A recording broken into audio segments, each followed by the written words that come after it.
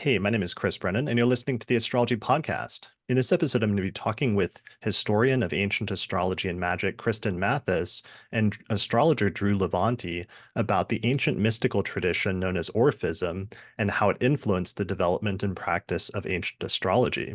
Hey, Kristin and Drew, welcome to the show. Hey, thank you Hi. so much for having me here. Same here. Yeah, thanks for joining me today. I'm excited about this episode. So we've got a lot to talk about. Let me give just a quick overview of some of the topics we're going to be touching on and an overview of this topic, and then we'll sort of welcome you more formally and expand on things as we go. Mhm. So, Orphism is an ancient Greek mystery cult supposedly founded by a legendary figure named Orpheus. Orpheus was a legendary poet, musician, and mystical figure. Members of the cult had to be initiated and were sworn to secrecy with oaths, and they believed that the soul was immortal and subject to reincarnation. Part of the goal was to help ensure a better life in the future, and there was an emphasis on remembering one's divine origin. There was also a special emphasis on poetry and music as ways of accessing the divine, and Orpheus is listed as one of the legendary founders of Hellenistic astrology by people like Firmicus Maternus. So Vedius Valens in the second century even cites some passages from Orpheus on the immortality of the soul. So recent research has connected the astrologer Critodemus with Orphism, and even Plato and other philosophers may have been influenced by Orphic ideas. So within this context, it's important to understand Orphism as a major influence on Hellenistic astrology. And I know that's something that the two of you have been focused on and specializing in for the past several years, right? Yeah, absolutely. I mean, the contribution of the Orphics to Hellenistic astrology and actually Greek philosophy in general, I think really can't be overstated. And I've been really fortunate to be working with Drew, who's such a great practical astrologer, to help bring this all to life. So, well, tell me a little bit about your background, Kristin. So you're a Greek translator and an Mhm. independent scholar, and you have a background in studying ancient texts and classics going back to the 1990s, right? Yeah. I started out as a religious studies major at Brown, and I was able to study with David Pingree there when he was still alive and teaching. And I did my thesis on Pliny the Elder's, excuse me, Pliny the Elder's conceptions of magic in his natural history. And then I went to Princeton to study the history of ancient Mediterranean magic and religion. And I worked with Elaine Pagels, who was there at the time, John Gager, who was a historian of Christian magic. And just so happened while I was there in 94, there was a giant symposium on ancient magic happening at the Institute for Advanced Study. And I was one of three grad students invited to participate in that. And so that was when I got a chance to meet Hans-Dieter Betz and I mean, many other scholars of ancient magic and religion. So that was really where I earned my chops, as it were. And then, like Rip Van Winkle, I went to sleep for a long time, was a mom, working out in the world, and sort of during the pandemic woke up a little bit to the fact that these very niche subjects that I had studied in my youth were now being discussed on podcasts like yours, Chris. And it blew my mind to think that there was a whole world out there of people who knew who Thrasyllus was and were interested in Hellenistic astrology.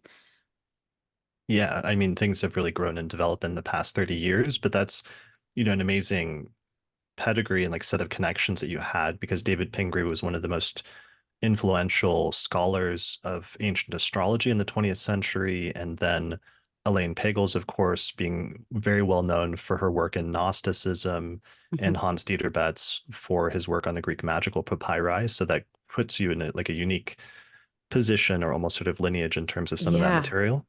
Yeah, and I'm so privileged to have studied with them. And at the same time, part of the reason why I wound up leaving academia was because there was this great divide between the people who studied it and the people who had a spiritual or more a deeper interest in it. And the conflict there was profound, especially at the time, even more so than there is now. Yeah, that's actually, I'm interviewing Nick Campion and Patrick Curry later this month about that very topic of astrology in academia and how much that's changed over the course of the past 30 years. Hmm. So that's actually a really interesting topic. Drew, you have also an interesting and unique and important background as an astrologer, as somebody who focuses on the ancient magical traditions, and as somebody who specializes in electional astrology and the role and interface between electional astrology and magic in ancient times, right? Yeah, that's right. I think through astrological magic, that came early, relatively early in my studies of astrology, and so did ancient astrology. And we were actually talking about this the other day on a Q&A for your Hellenistic course, Chris, how I'm one of the astrologers who didn't learn modern first, but I kind of learned modern in tandem with Hellenistic. And so that journey for me started around 2017, right around the time that I was finishing up my undergraduate degree at the University of Chicago. I was studying anthropology, just really interested in religious thought and why people do the things that they do, why they believe the things that they believe. And eventually I realized that I needed to stop being a non-believer and to kind of return to, um, a sense of an animate cosmos and a world that listens if we listen to it. So I really love Kristin's work, especially in the way that it uh, retrieves some of these ancient ways of thinking about the cosmos as alive. And it was in 2021 that I was exposed to Kristin's work and quickly kind of joined in collaborating with Kristin. Previously, I'd been working with other translations of the Orphic hymns in my own magical practice, and I found just the synchronicities that I had already been having with the Orphic hymns really accelerated, and it was a sign to me that working with Kristin was the way to go. And so here we are. We've taught a class so far on the Orphic hymns, and we're continuing this research, and it's really exciting. Awesome. Yeah, that's really exciting. You've been both been doing really exciting work on the Orphic hymns, so maybe that should be our access point, since I know that's been your primary focus over the past few years. What are the Orphic hymns? And maybe let's start by introducing our audience to that as a topic, as one of your main points of focus. Mm. Yeah. So do you want to start with the hymns first rather than Orphism as a whole? I mean, we could go into the whole shebang with Orphism. I just wasn't sure if you wanted to Yeah, mention that really briefly in terms of that probably sure. being your main focus Hmm. and part of the main focus of the conversation that we'll eventually circle back around to. Okay. Yeah. So very probably the briefest way to say it is the Orphic hymns are a collection of 87 hymns. They're poetic. In the ancient world, poetry was sung. And so that means they're not only poems, they're songs. And these 87 hymns are addressed to different figures and forces of the natural world. They include everything from the heavens in general to specific deities associated with planets. There are hymns to the winds, to different forces on Earth and the underworld. And they would have been used as part of the Orphic mystery cults, about which we'll say um, more later. Okay, brilliant. So yeah, and we'll share some of those hymns and talk about that, and that Mhm. those become an interesting point of interconnection with astrology because of their connection with the gods and with some of the figures that we see astrologers working with or invoking as well. Hmm. Yeah, I mean, I know one area that Drew is really interested in is the cardinal directions, the elements, the winds.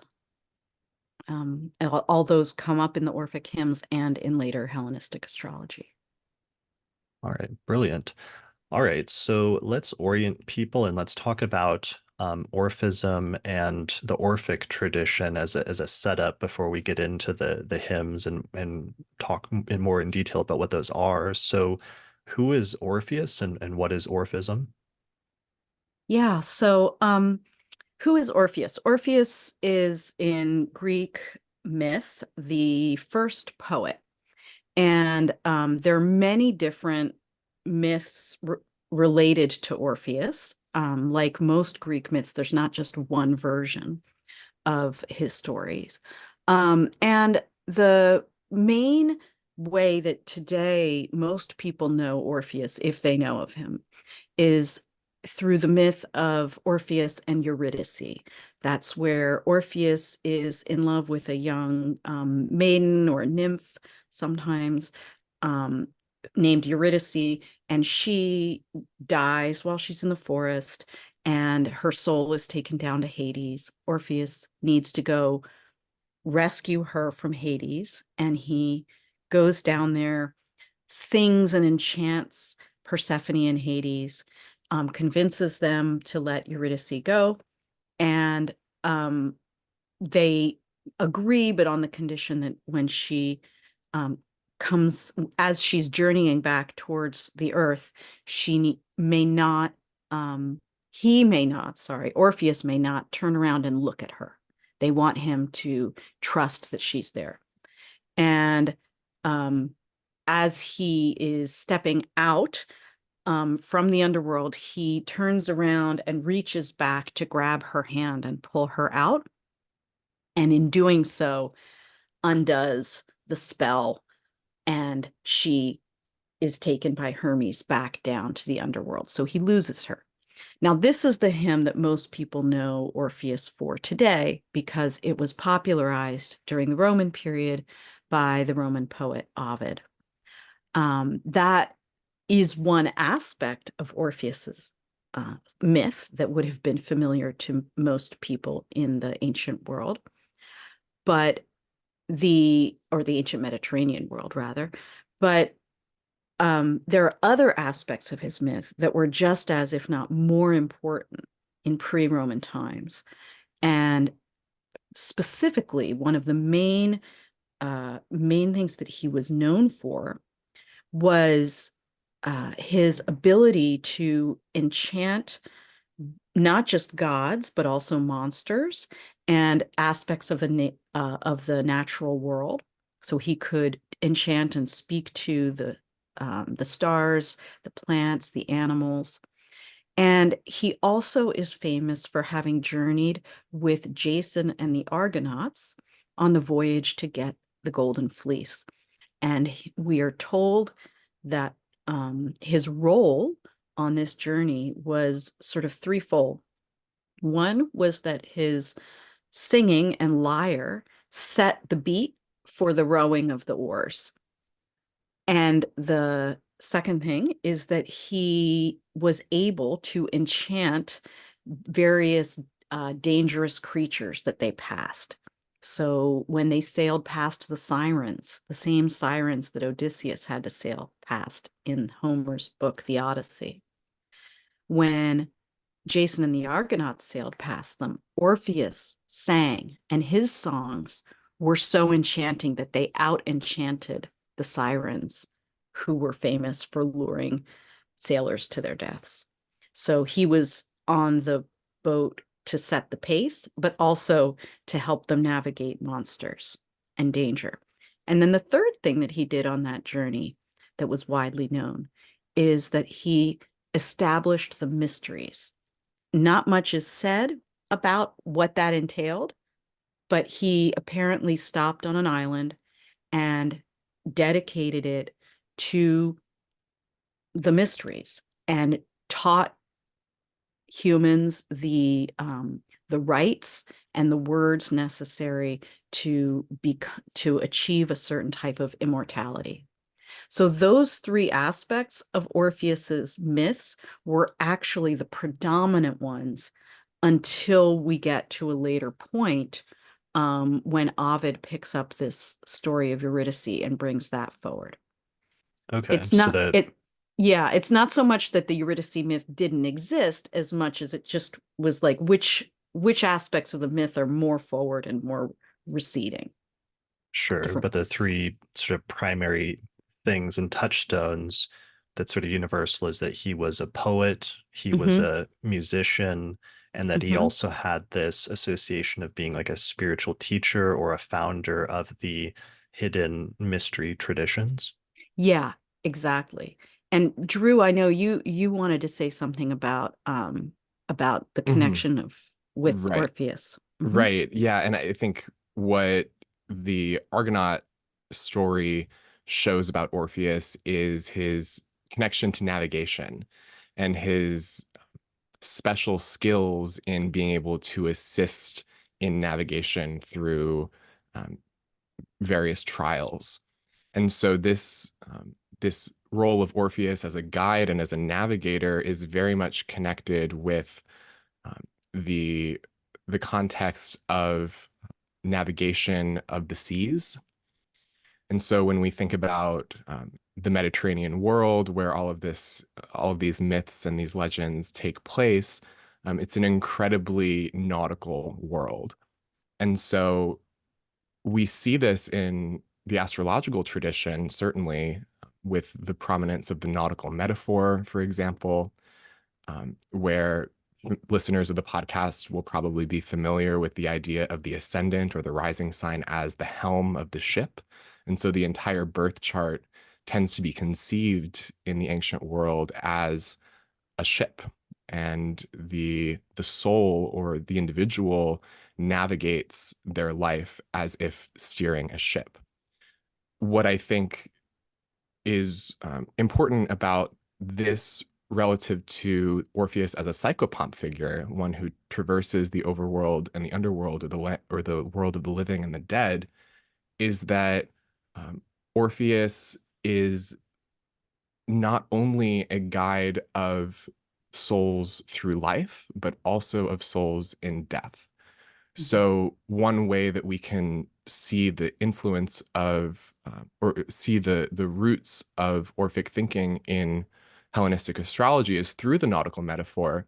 But one way we can grow our understanding through this, the role of uh, Orpheus as a psychopomp figure is that the birth chart wasn't necessarily only conceived in terms of life, but also in terms of the soul as an entity that goes into the afterlife and has potentially an immortal journey there, or a journey to immortality. Right. When I was Yeah. reading a lot of this recently, it was reminding me a lot of many of the features that we associate with Hermes or with Hermes Trismegistus, and that it seems like there's some overlap between Orpheus and Hermes in different ways. Yeah, I think, there certainly is historically, the Hermetic material is definitely influenced by Orphic thought and practice. Um, and I think conceptually there there are some significant differences, but there are also some similarities. And the similarities, I would say, are that they both partake of a universe that is um, interconnected in ways that I want to say are more complex than our current modern notions of causality, right? So that, for instance, in both Hermetic texts and in Orphic texts, to speak of a deity, let's say, like Aphrodite, is also to speak about a planet, and also to speak about the particular stones and um, smells, incenses, herbs that are related to Aphrodite. And it's not really possible to separate it all out and say, oh, here we mean the herb, and here we mean the planet, and here we mean the goddess. There's an overlaying. I call it a fractality, a fractalness. Some people have used the word holographic in the sense that it's the same image repeated at different scales. But there's a sense of multiplicity and non-duality, not needing to choose either or, that pervades both of those different traditions, the Hermetic and the Orphic. Sure. Yeah. And even before getting to there, though, I was just thinking broadly in terms of the myths associated with Orpheus and the myths associated with Hermes, that there's a little bit of overlap between, for example, one of the most famous myths, at least later myths of Hermes, was the myth about the turtle and like creating a lyre or lyre. And then also the idea of Hermes being a psychopomp and being one of the only gods as the messenger of the gods that can travel back and forth between the underworld. It seems like, at least broadly, maybe there's some Yeah. sort of influence there between those two, or at least similarities or overlaps. Yeah, yeah, absolutely. And it's interesting because, of course, Hermes has a special relationship to memory, and Orphic, as we'll see, the Orphic mysteries were very concerned with memory and remembering who we really are, remembering who our cosmic family is. And so I think you're absolutely right, Chris. It's not an accident that that both of these figures are connected with the lyre, with poetry, which of course was used in a very practical way as a mnemonic device in a society that where even the literate usually memorized texts for reference. So yeah, there's a lot there to explore. For sure. And I think another way that we can see that parallel between Hermes and Orpheus is through their connection to Apollo. And that gets to your point, Chris, about the myth associated with the first lyre or the birth of music, which is about, I think Dimitri talked about this on the podcast recently, actually, where the lyre that Mercury creates soothes Apollo, and similarly, connecting Apollo to and Mercury both to music. Orpheus is also like the legendary figure associated with music, and is sometimes said to be the son of Apollo. So that mythic connection, or that those parallels between Mercury or Hermes and Orpheus, are pretty striking. And it does get to what Kristin's talking about, this sort of non-dual way of seeing the world, where just because um, just because one just because something is one thing, it doesn't mean it's not another. So just because Orpheus is uh, the psychopomp, or Mercury is the psychopomp, we have multiple psychopomps. We have different ways of accessing this notion of the psychopomp. In some ways, the sun is also a psychopomp. The sun goes into the underworld and comes back into the light of day. So that's a very important piece of this tradition, is this non-dual way of seeing the world. And so when we talk about the different gods as they're discussed in the Orphic hymns or in Orphism in general, it's often the case that rather than thinking about the gods as distinct and ruling over distinct phenomena, it's more often the case that the gods are singular entry points that are not actually singular at all, but that all of the gods give us entry points into the divine. And so there's this preoccupation with the all and the totality of the divine, that each god, each hymn, each figure, each divine force allows us access into this greater whole. That seems important, because maybe that's a good thing to expand upon in terms of my general approach of not taking anything for granted. But we're talking about ancient Greek religion and different approaches to and orientation towards religion. And part of that is polytheism as opposed to the dominant sort of monotheism of Christianity in the West over the Mhm. past 2,000 years. So maybe that's a partial way to orient people as well, as we're talking about Greek religion from like 1,000 years, the period of several hundred years before Christianity. Mhm. Yeah. And I think you're really wise to to focus on that, Chris, because I think one of the defining aspects of Greek religion in general is polycentrism. Edward Butler is a scholar who's talked a lot about this as it relates to ancient polytheism. But polycentrism is the operating assumption always. Um, it's not until much later that we see a preoccupation with really trying to pin down one narrative that is the correct narrative. And even early Christianity um, and forms of other monotheistic religions like Judaism had multiple narratives at the time we were talking about when we're talking, you know, roughly, let's say, um, 500 to 500 BCE to the year zero. Let's just, say within there, within that span, it's a it's a dominant assumption that there's no one story. Got it. Okay. So, and this is connected with, so we're talking about polytheism, but there's also a strong, in Orphism, pantheistic component and the notion of the existence of an animate divine cosmos. And that's something I talked about a lot recently in the episodes on Plato and Mhm. Platonism, as well as it's present in Stoicism, the notion that the universe itself is like a living sentient being or creature or even a god in and of itself. And in Orpheism, we have some similar conceptualizations, right?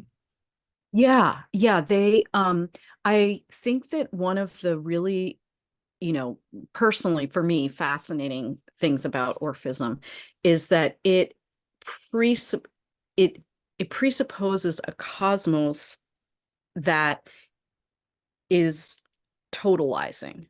There's not, at least in the Orphic hymns, um, there's not something outside of the cosmos. The cosmos is alive and divine, and it is the all. And the all, insofar as we can talk about the all, we can only conceive of it within the cosmos. This is a very pre-Socratic way, pre-Socratic meaning before Plato, Greek philosophy before Plato, this very pre-Socratic way of thinking about the cosmos. Yeah, go And ahead, Drew. I would add that when we're talking about the all, it sounds like this very esoteric concept. I think to ground it, you can think about the patterns that we see in nature. And this is what Kristin was alluding to in mentioning fractals, is that, we have this idea of, parts making up a whole, right? So, you know, the various gods composing, a part, each of them a part of the cosmos as a whole. But what we find, I think, in Orphism is this sense not of the whole being composed of parts, but rather parts being composed of wholes. And this is an idea that I encountered from the scholar Terry Marks Tarlow, who I highly recommend checking out, because it's a really different way of seeing the world that, when you see a lightning bolt, you see a tree root, or um, when you encounter any natural phenomenon, when you feel the wind against your face, these are all expressions of the whole.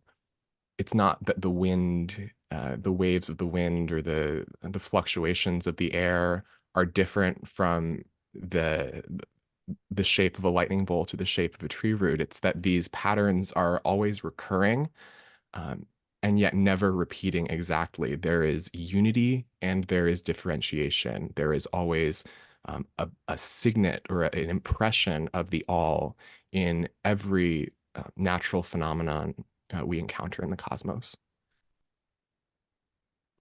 That makes sense. And that's tied in with, I mean, I'm familiar with some of that from like later Stoic thinking and the idea that there can be, you can have like the organ, like the heart or something within a body, but it's part of a larger collective or it's functioning, even though it has some independent function, it's tied in with the rest of the larger system of the body as a whole.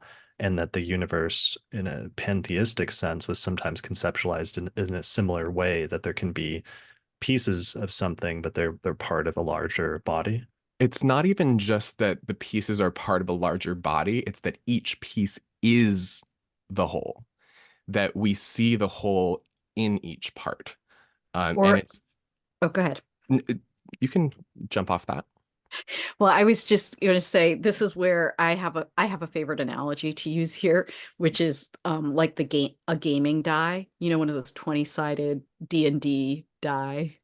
Um, and where it doesn't even make sense to talk about a face of that die apart from the die as a whole, right? Mm. So each face is, you can talk about it distinctly. You can say, oh, that is number one, that's number two, that's number three. But is number one the die? No, but it's also not the die. If that makes sense, right? So, and we see that type of logic in some other pre-Socratic philosophers, like Parmenides, is one of the most famous, where they're very preoccupied with what is the all, and is it even possible to think about something that's not the all? And as soon as we say the all, are we positing something that's not the all? And if we are, how could that be? And then you quickly arrive at a state of what Plato would call aporia, or not knowing, not being able to locate yourself in space because it's so contradictory. And that state of sort of productive, creative being that is beyond either or, that's the sweet spot for the Orphics and for some other pre-Socratic philosophers as well. And I think that even Plato works with that. I think he tends to, at least in some of Plato's dialogues, he wants to land a little more firmly maybe than the pre-Socratics did. But for the Orphics, there's no question. They're all about the both and. That makes me think of last month, Drew, you and I did a commentary and a live reading as part of my Hellenistic course of Plato's Timaeus. And one of the concepts that came up that was kind of surprised was already there that early by, not long after 400 BCE was the idea of the microcosm and the macrocosm. And the idea that it's like there is the cosmos itself in its totality, but then each of us is also like a small cosmos in and of itself that kind of mirrors the similar dynamics of the totality of the larger cosmos. Yes, like each one of us is a whole, and we bear the entire divinity of the entire cosmos within each of us. We are a part and we are whole. And that gets to the point that Kristin's making about it being very much a tradition of both and. And one way that we see this expressed in the hymns, that I'm not sure if the examples that we have later will fully illustrate this, so I think it bears mentioning now, is that when we talk about an astronomical body like the sun, throughout many of the Orphic hymns to many different deities, we see references to the sun and to fire. And that is striking because we have, the Orphic hymn to Helios, we have the Orphic hymn to Apollo, who are very canonically solar figures, but we also have references to the sun in the Orphic hymn to Hephaestus. And even in the same epithets might appear in the Orphic hymn to Eros, the embodiment of love. And so across the hymns, we see that these wholes are within each part of the cosmos. Right? Just like the faces of the die. Mm-hmm. Right? You can sort of rotate it and look at it from different angles. Yeah. And just to return to our earlier point about nautical imagery and its relationship to astrology, there's a great example in the Orphic hymn of Aphrodite, where that relates to this idea of multiple levels of or multiple sort of cosmic what sorry, let me think about how to phrase this. It illustrates the type of microcosm, macrocosm that you're talking about, Chris. And that is, there's a word in Greek, nepodes, which literally means no feet, like footless ones. And it's used in everyday Greek to mean a baby, or sometimes like an infant, sometimes even a soul, right? Because a soul is a being that doesn't yet have feet. But it's also used to talk about fish and to talk about stars. So, because they also are moving bodies that don't have feet. And so when in the Orphic hymn to Aphrodite, it talks about Aphrodite being surrounded by nepodes, that can mean, it can mean that Aphrodite is surrounded by infant, possibly souls. It can mean that she's surrounded by, in her chariot on the ocean, by dolphins and fish and other little footless creatures swimming with her. Or it can mean Aphrodite, the planet, is surrounded by orbiting stars.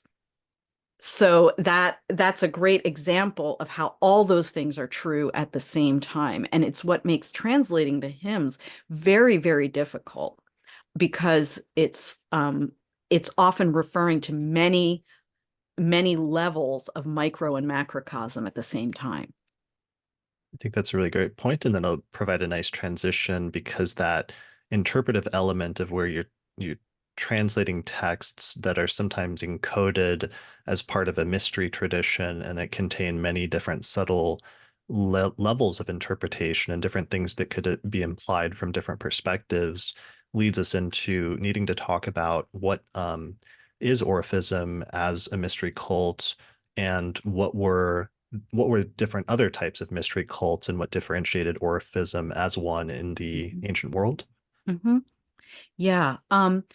Well, mystery cults are maybe appropriately difficult to describe, but I'd say usually how I talk about them is as practices that used myth, ritual, dance, song, and other types of sensory experiences, incense, food, probably, sacrifice.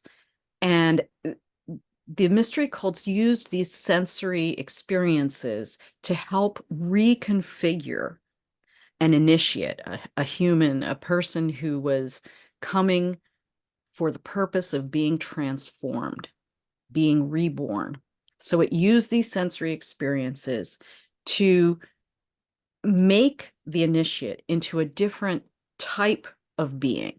So you entered as Kristin Mathis, but after having gone through these rituals and this process of sensory experience, I would emerge maybe superficially looking the same, but inside I've changed. Mm-hmm. Right. I just outside of the I just wanted to let you all know that I'm next to a bathroom and the shower just my roommate's taking a shower, so I just wanted to make sure it's not coming through. Okay, good. So I'm gonna make a point off of Kristin now.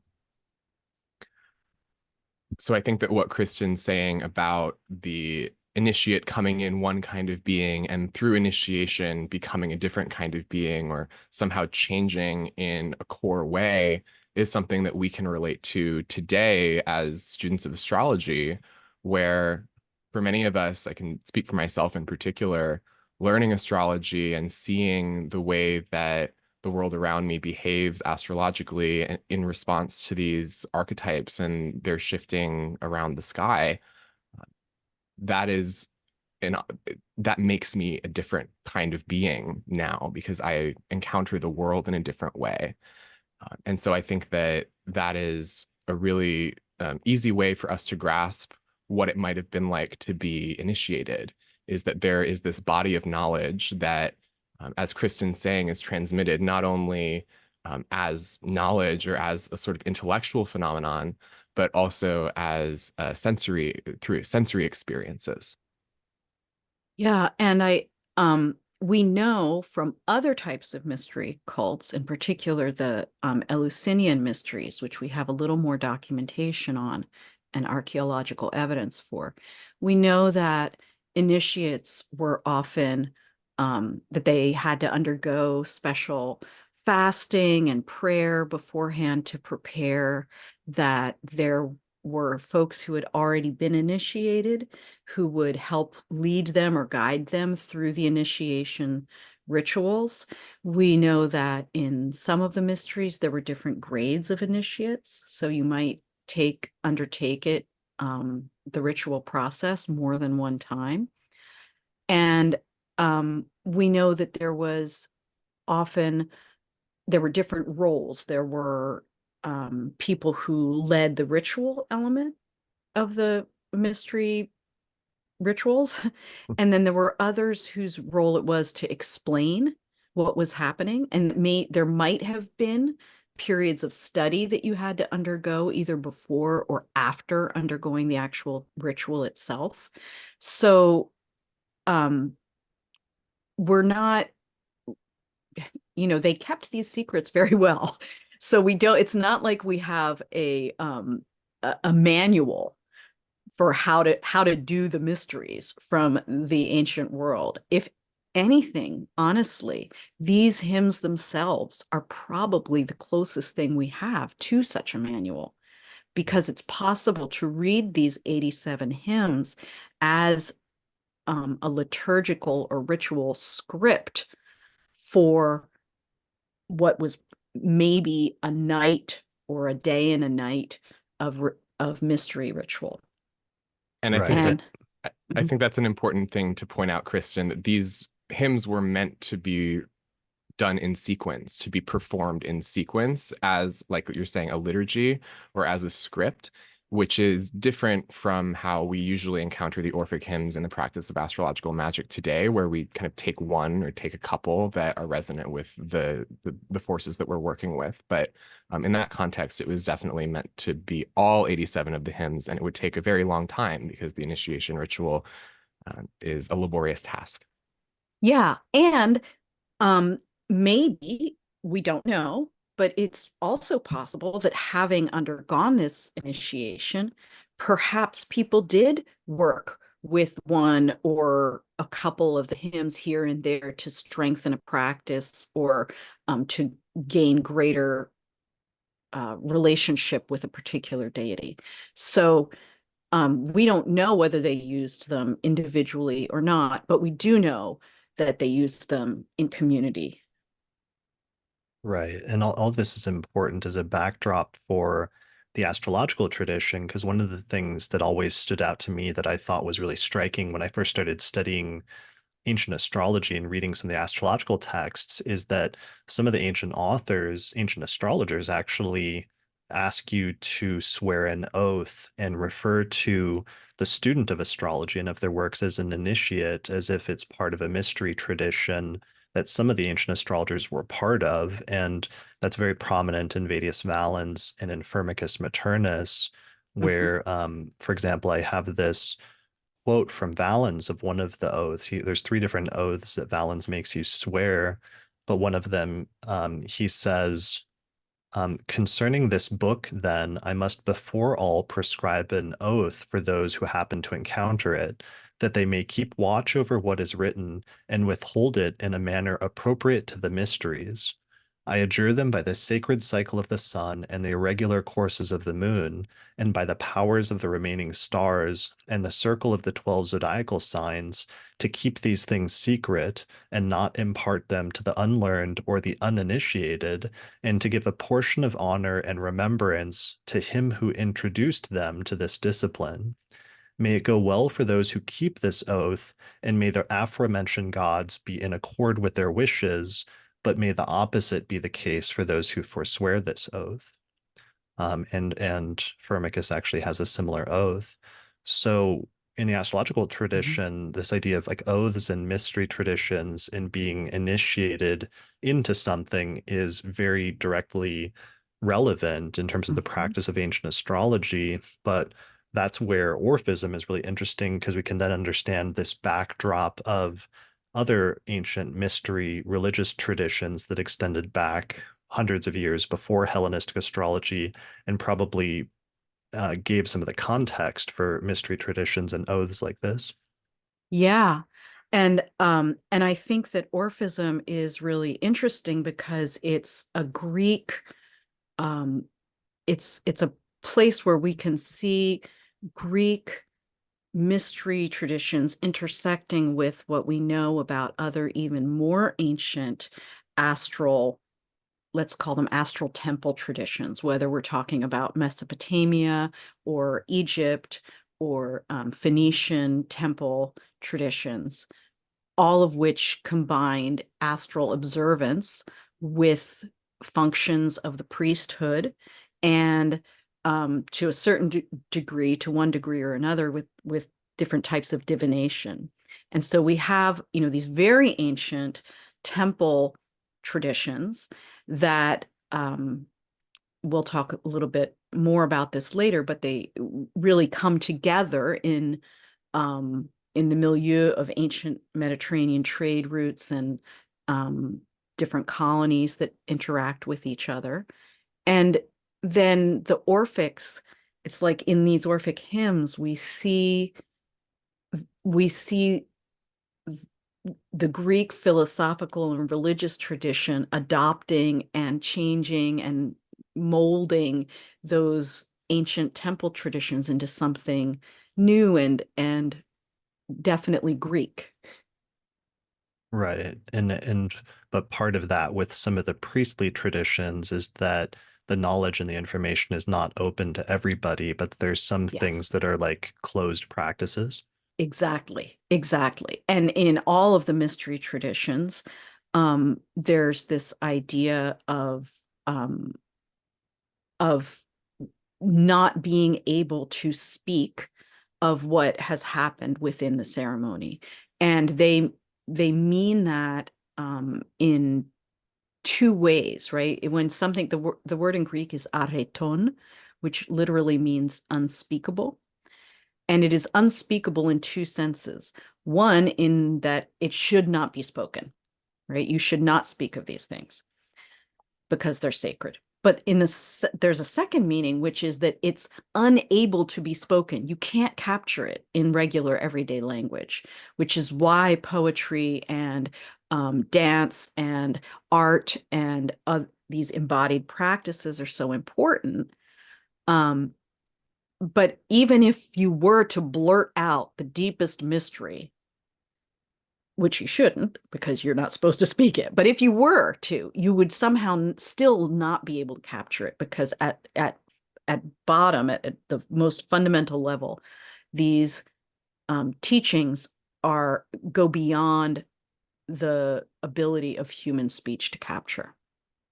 Right. I was reading a book recently, or listening to an interview about a scholar of Hermeticism who said that part of the purpose of Hermeticism was to guide the initiate through a series of levels until eventually they have almost like a revelation about the nature of the cosmos, and that this is like a stepped, there's like tiers and steps in that process that lead to something, but it's partially an experiential and not purely intellectual sort of experience.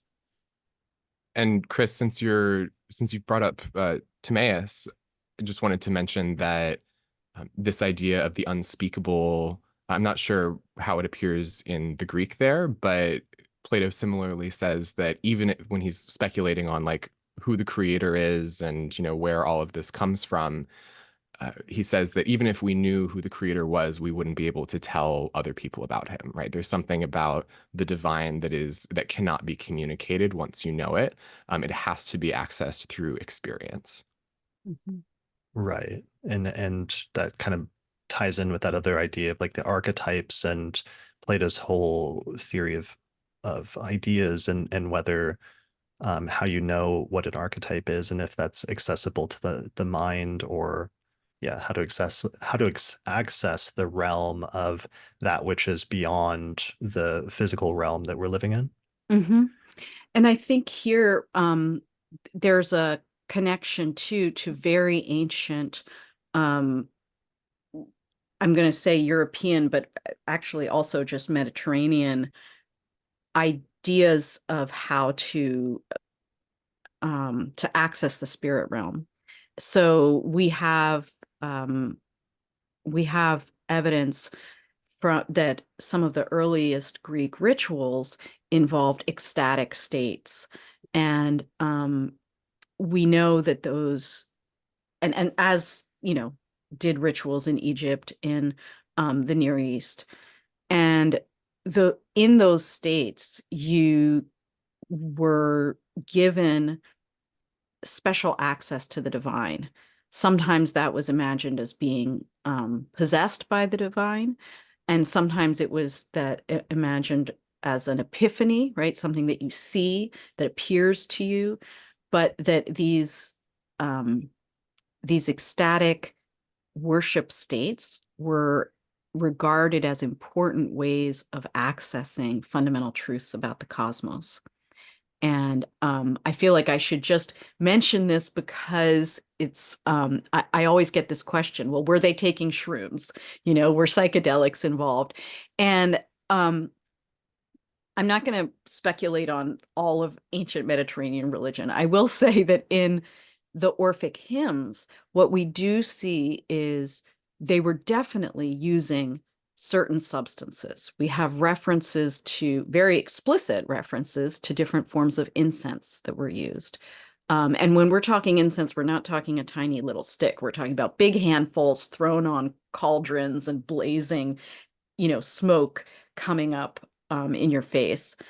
And so we know that they used incense. There's also wordplay in a lot of the hymns that mention um, specific stones, specific herbs and plants, um, and other types of materia that may have been used at different points in the rituals. There's nothing there that's like psilocybin mushrooms, you know. Um, there are some herbs that have slight alternative properties, like there's a reference to hellebore in the myth to Apollo. Um, but I think more importantly, there's definite references to dance and to song. And we know anybody who's ever been to a rave, even if you don't imbibe the substances offered, knows that dance in and of itself can be, and song and chanting can provide altered states that might lead someone to have revelations or to feel that they've come to know the divine and the cosmos more fully. Right. And to have a sort of transformative experience as a result of all your different senses being engaged and Mhm. having this intense experience, but music potentially being like a strong part of that in the context of Orphism and Orpheus being, primarily like a musician and poet. Mhm. Yeah.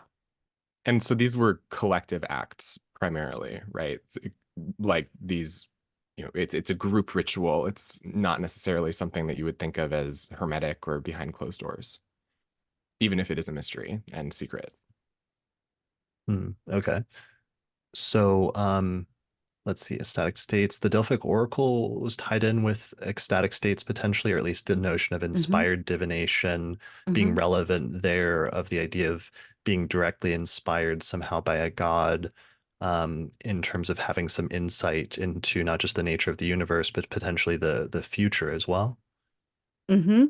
Yeah, in these states, when you are brought into a point that exists, I want to say, at the limits of space and time, right? I mean, as bodies, as embodied beings, we can't exit space time completely, right? We're always within, the Orphics would say, I think, that we're always within the body of Chronos. We're always within the body of space time, operating within this, um, the the state of embodiment. But we can approach the outer limits of what it is to be embodied. And when we reach that state, time and space dissolve, or they act in ways that are not, that we don't usually experience. And again, many of us have had these experiences in our everyday lives, when we're, whether it's in dream states or in, um, different sort of strange experiences we've had, where deja vu, or I think of you and you think of me at exactly the same moment and we call each other.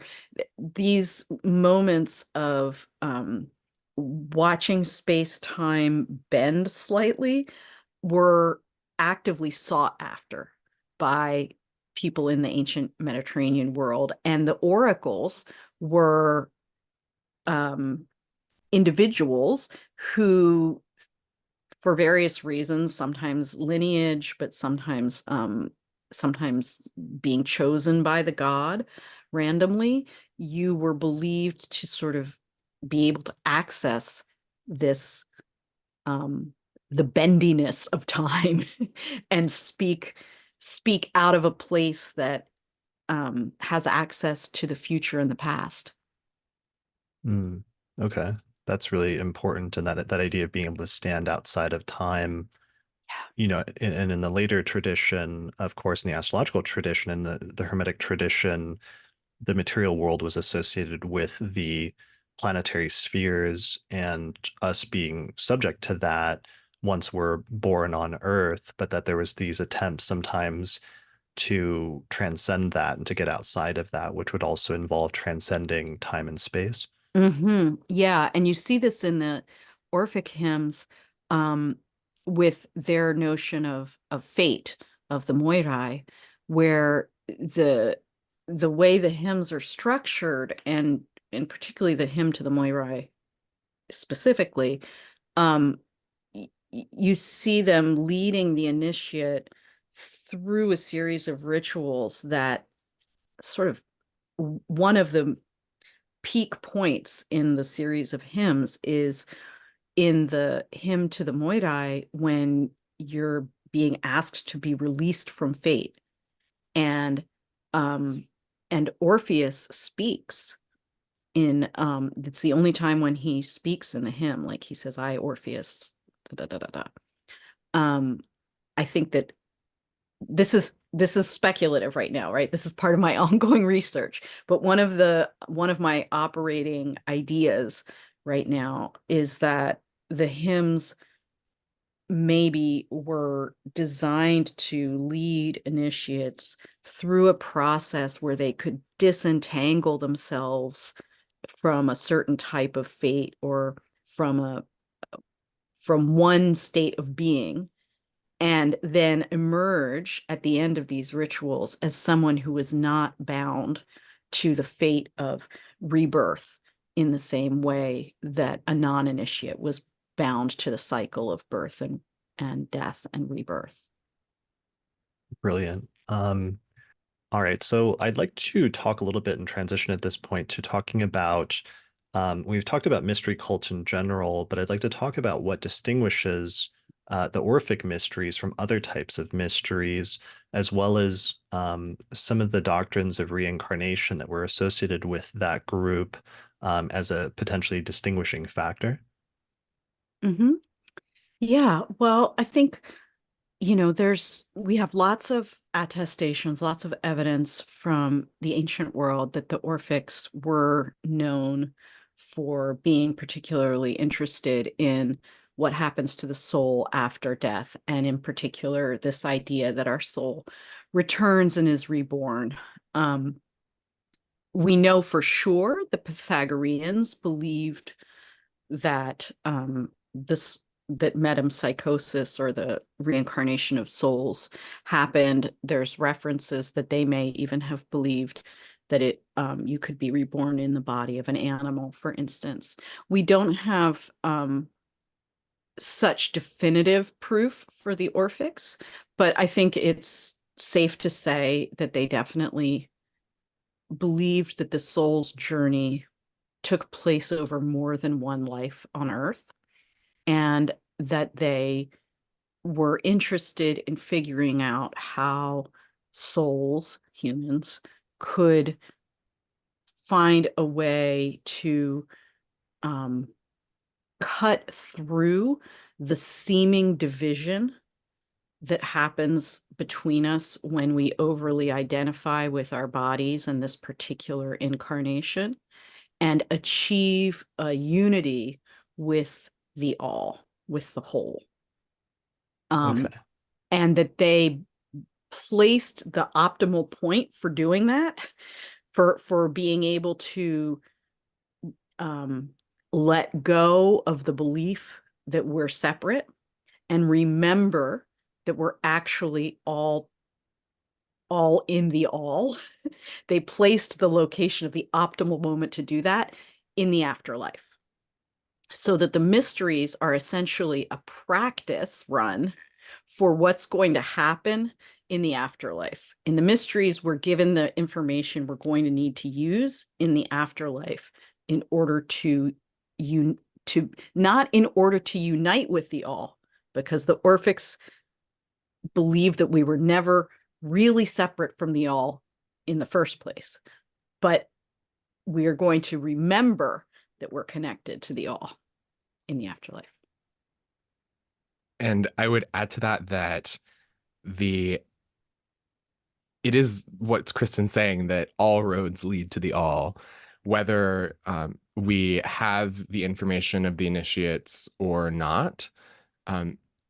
In my research on the soul, in pre-Socratic thought, particularly the work of Heraclitus, my sense is he was likely either an Orphic initiate or influenced them or was influenced by them in some way. But we can't be sure.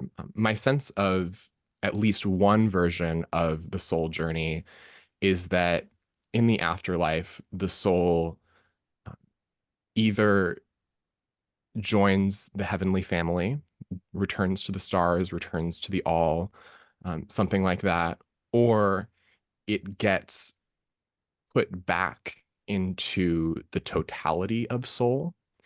And the implication of this is that when the soul is reincarnated, I'm putting that in scare quotes for people on the audio, when the soul reincarnates, it is no longer the same soul that it was in the previous life. It is somehow an amalgam or a composite of all of the other souls that, not being initiated, did not achieve that kind of immortality.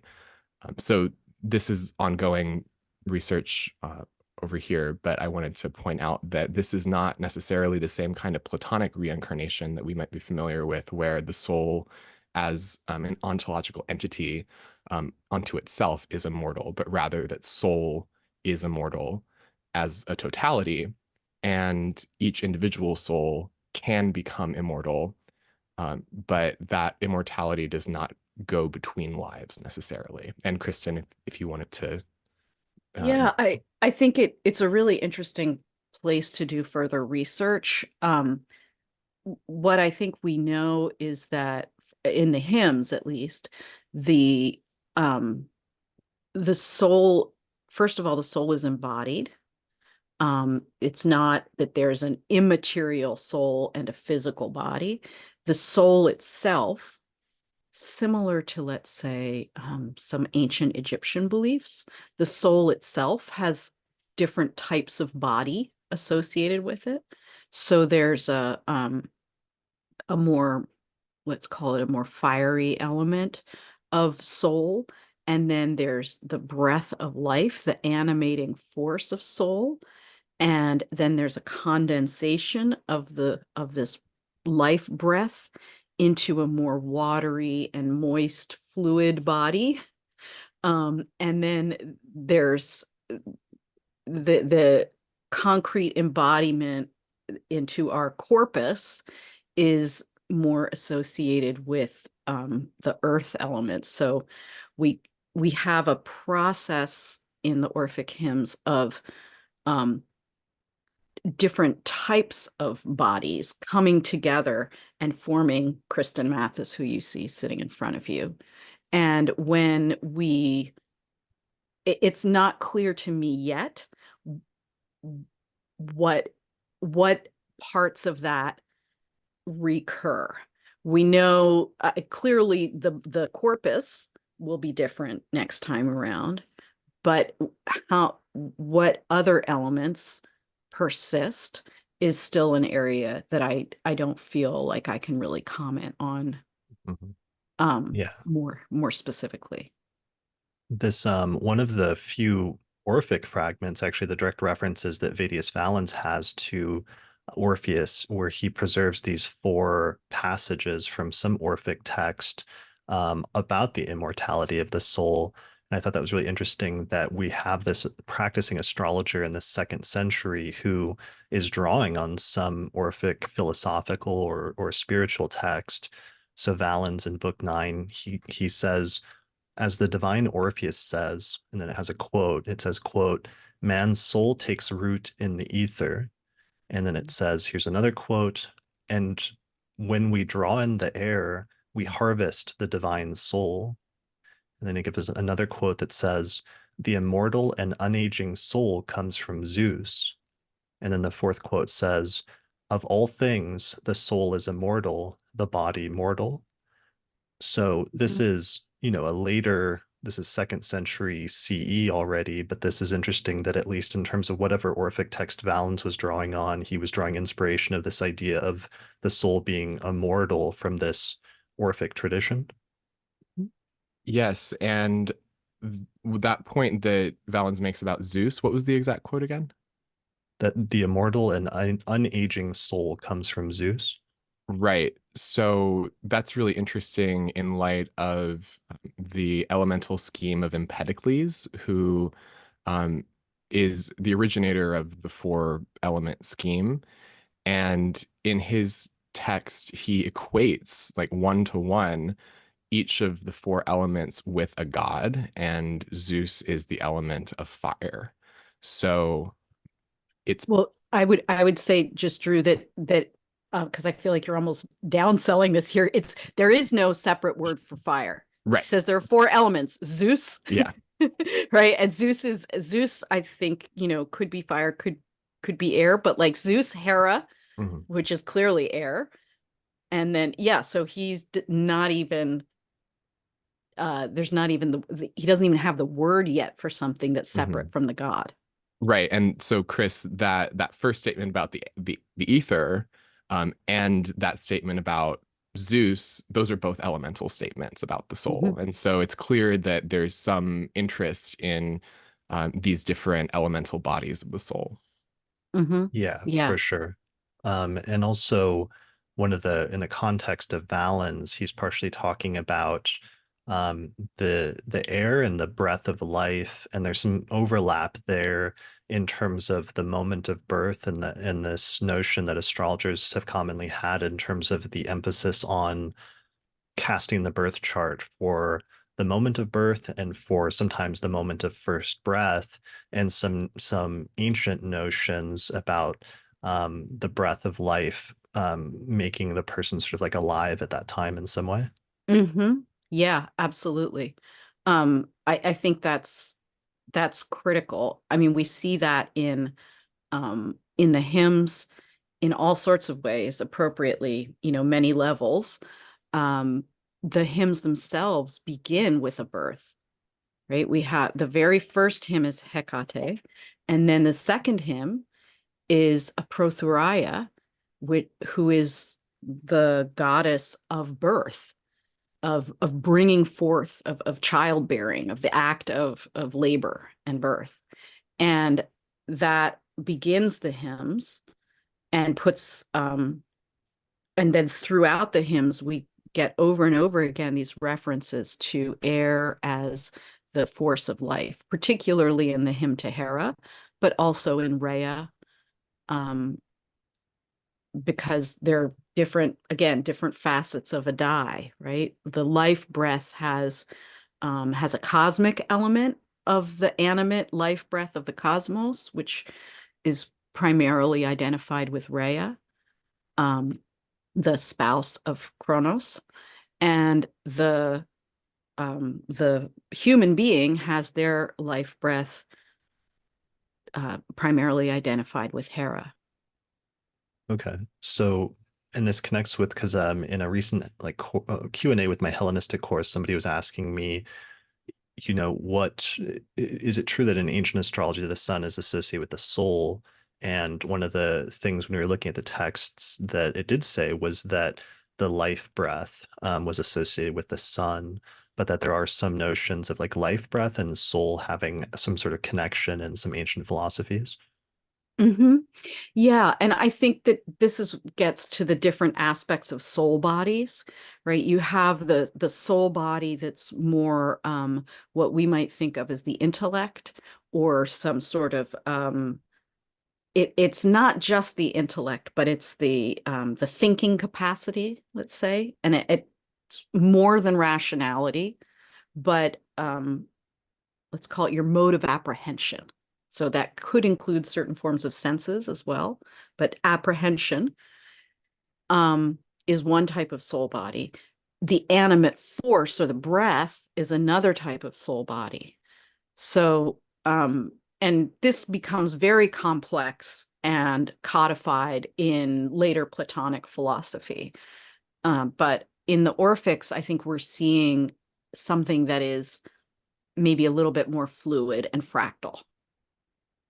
Right, and not to get too far away from the Orphics, but I think it was something in that Q&A, Chris, when somebody brought up the soul and the life breath, and how the life breath comes up as connected to the sun in Valens, as you pointed out.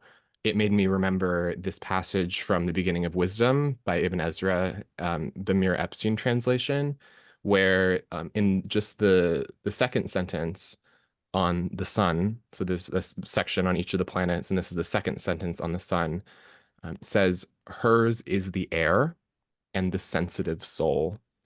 And the note on the word sensitive is that this word could also mean feeling or sensing.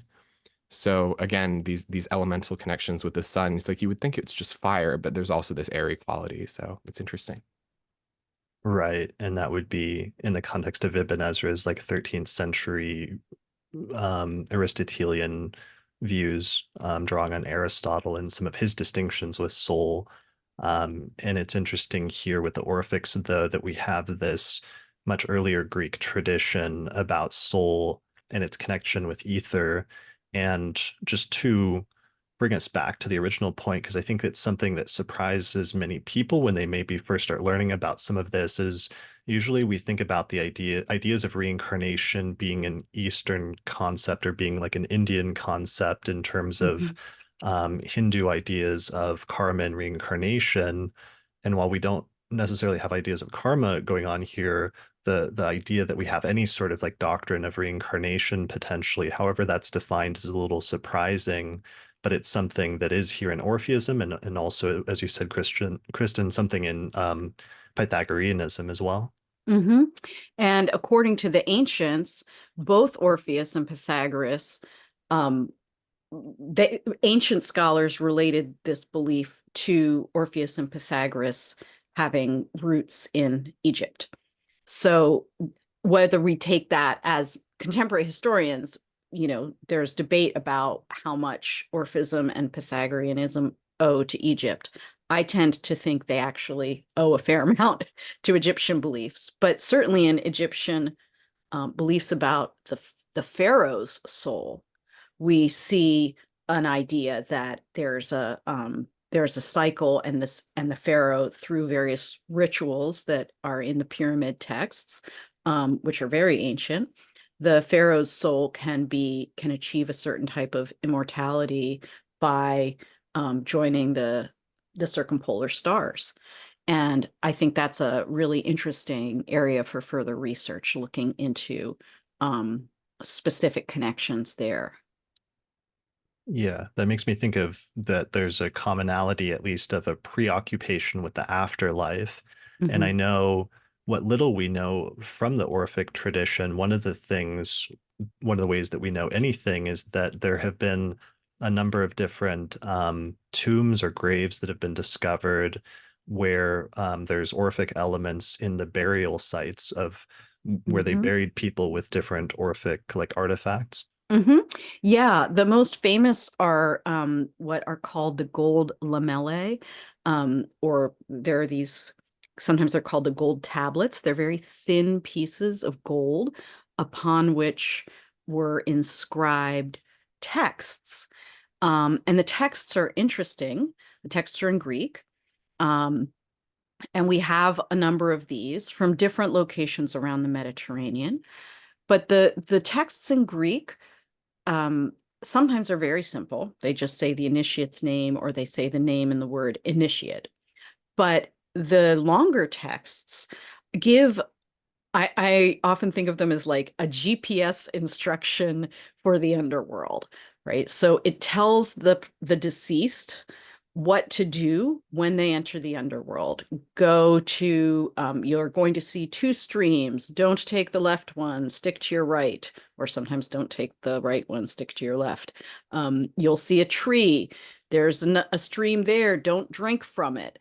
And then when you stand before Persephone and Hades, this is what you say. And what they say is, I am a child of earth and starry sky, and my family is heavenly. That's the sort of password or phrase that you are, according to these little golden tablets, that the deceased needs to speak in order to be granted a more favorable or eternal afterlife. And there's a lot of scholarly discussion about how related these gold tablets are to the different literary Orphic texts we have. But um, I tend to think that um, they are the evidence that we have that shows that the initiation is something that, yes, happened during life in the form of a community ritual, but then that initiates probably maintained connections with the community so that when they died, one can imagine that there's other initiates who are somehow responsible for making sure these tablets got into your hand, or sometimes they were placed in your mouth um, when you were buried. And so I think, we don't have a smoking gun where such and such, we have a tomb where there's a big tome of the hymns, the Orphic hymns, right next to the gold tablet. But I think that there's enough continuity in the language and the cosmology represented in the hymns and in these gold tablets that we can use them to extrapolate that there must have been some community aspect that carried through the initiate's life cycle and helped care for them in death. Mm. Yeah, the connection to death practices is really fascinating. And I think, the community also serves a role in helping each other remember. And I think that's definitely a lesson that we can take up today, is like, what is our role in reminding each other of each other's divinity? And for this emphasis on memory and how it is really important in the Orphic mysteries as opposed to other kinds of mysteries, It's worth mentioning that the stream that you're not supposed to drink from in the underworld is the river of forgetfulness. So it is an imperative for the initiate not to drink for the water of forgetfulness. Right. That was that was super interesting to me because in one of the recent episodes, maybe it was the one with Kira on the lots, we talked about Plato's myth of and how in Plato's conceptualization that the souls before incarnation, they choose their lives, but then they drink from the river of forgetfulness and they forget everything before they're reborn again. But in the Orphic tradition, that you have like an option that there's the river or lake of forgetfulness, but then there's also another one of memory, and that's part of the instructions potentially with some of the things that Orphic initiates were given for the afterlife was to try to remind them to remember who they are and to not drink from the river of forgetfulness, but instead from the one of memory. And that's really interesting as an additional piece fleshing out something that's sort of like not in Plato, but that was there in this Orphic tradition that perhaps he was influenced by. Yeah, I think it's really it's so striking to me that what we're trying that our natural state is to be connected to the all, right? There's no way we can escape it. We are all connected to the all, but we forget, and specifically drinking from the river of forgetfulness locks us into the cycle of rebirth as it does in Plato.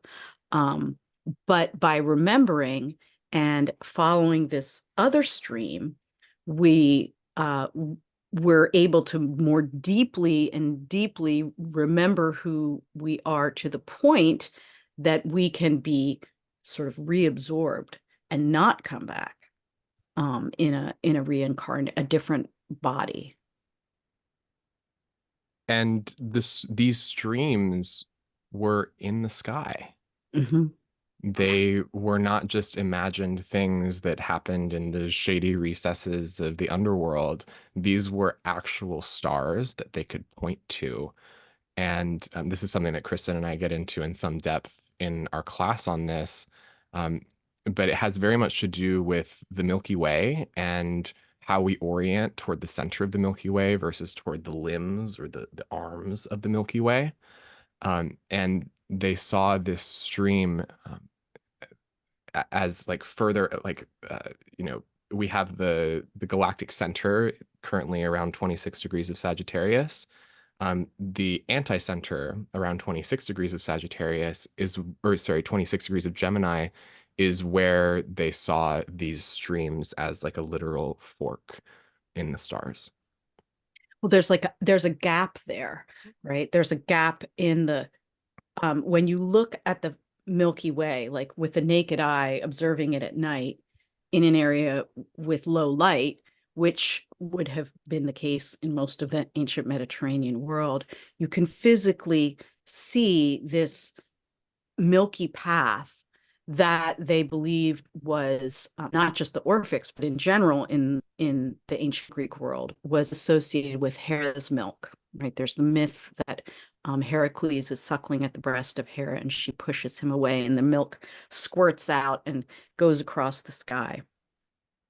There's ancient references to the fact that initiates need to be suckled with the milk of Hera to achieve immortality. And when they looked at the Milky Way, that formed a really important part of the Orphic sort of astral cosmology, so that the Milky Way plays a really big role in how the soul navigates through the heavens after death. It was a common belief in the ancient world that, I mean, not just in Greece, but that that the Milky Way was composed of souls, or that it was a river of souls traveling between the worlds. We have references Um, sorry, we have references from Heraclides about specific gates in the Milky Way. Gates meaning locations or points within the Milky Way that were entry and exit points. I think Manilius also references those soul entryways. And we haven't, again, this research is ongoing, but I believe that the Orphics were also preoccupied with how the Milky Way intersected with specific constellations, intersected with the path of the sun, and that they were trying to create a literal map for the soul's journey through the through the Milky Way as after death, and that the end destination was the circumpolar stars, and particularly the stars that never set below the horizon.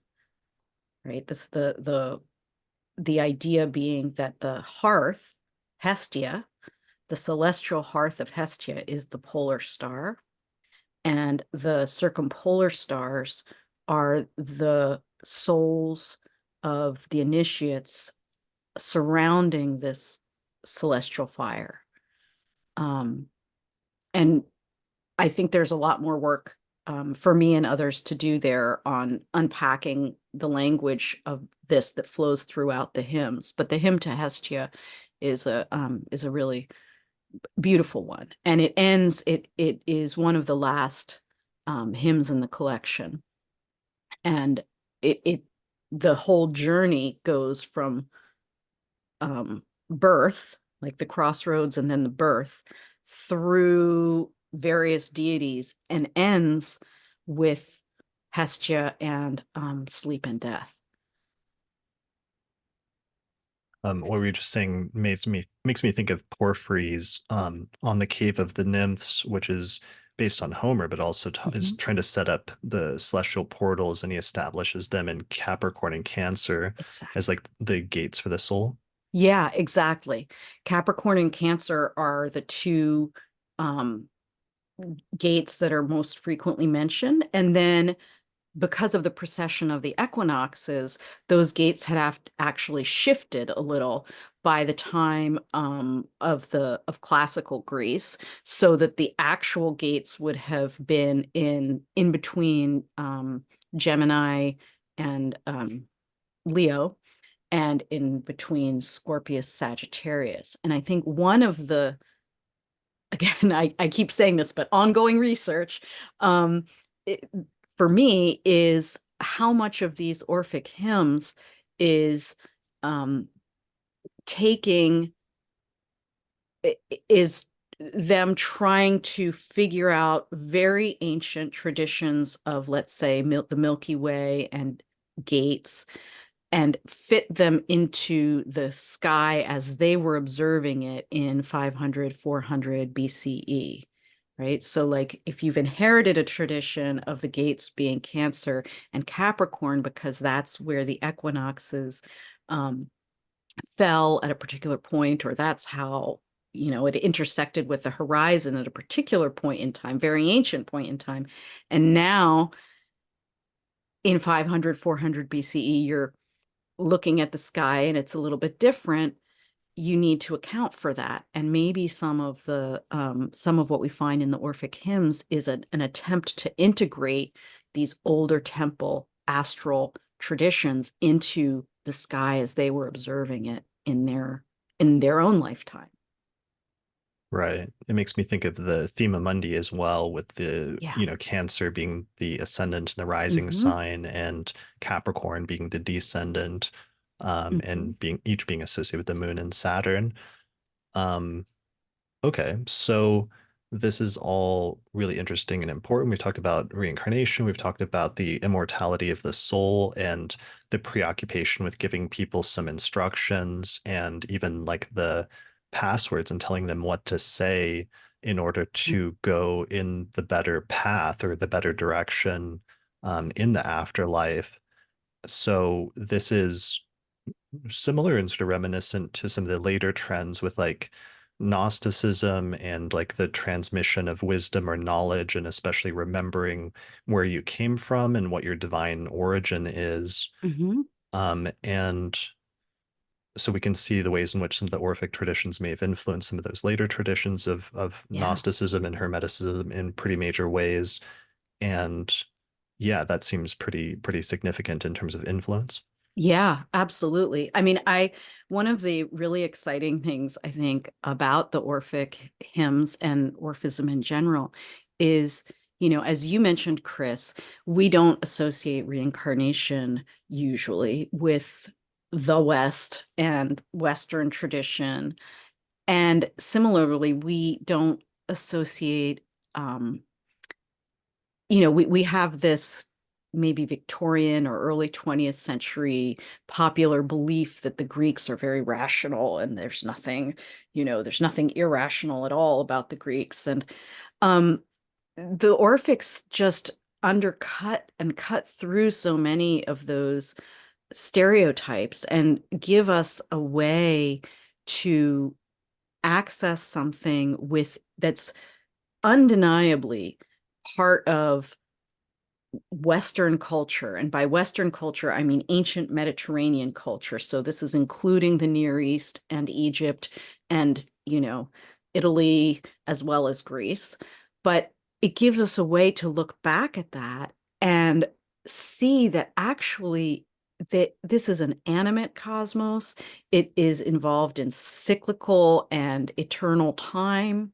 It's non-linear, it's non-dual, it's very preoccupied with relationality with the cosmos. And so this is like really exciting to me, just as a human being, that there's all of this goes so far back. For sure. What is the connection with the with the Pythagoreans? It seems like there's some Mhm. interchange between the two and questions of directionality between the Orphics and the Pythagoreans. We can see already some crossover with doctrines of reincarnation, which both groups held. But what is their connection and what are their overlaps or areas of difference? Yeah, the quick answer is we're not exactly sure. Everybody agrees that there is connection. In the ancient world, there are some references. Some people ascribe the Orphic material or the Orphic literary texts, certain Orphic literary texts, to Pythagoras. They say, oh, Pythagoras wrote it. Other people, other ancient authors say Pythagoras was influenced by Orpheus. So we don't know what what we do know is that the area that produces the most some of the most juicy Orphic material um, is the same area where Pythagoras and his followers lived. So Pythagoras was born on Samos. He was supposedly the student of a pre-Socratic philosopher named Pherecydes, who supposedly had access to the mysteries of the Phoenicians and Phoenician books and wrote about that. So Pythagoras learns from Pherecydes, and then he moves to southern Italy and starts a school there. That area of southern Italy is, as well as Sicily, is a real melting pot. And we can talk a little more about that later, but the many of the, whether it's vases that have art or gold lamellae or um, different pre-Socratic authors who seem to have been influenced by Orphism, there also tend to be concentrated in those colonies um, in southern Italy and Sicily.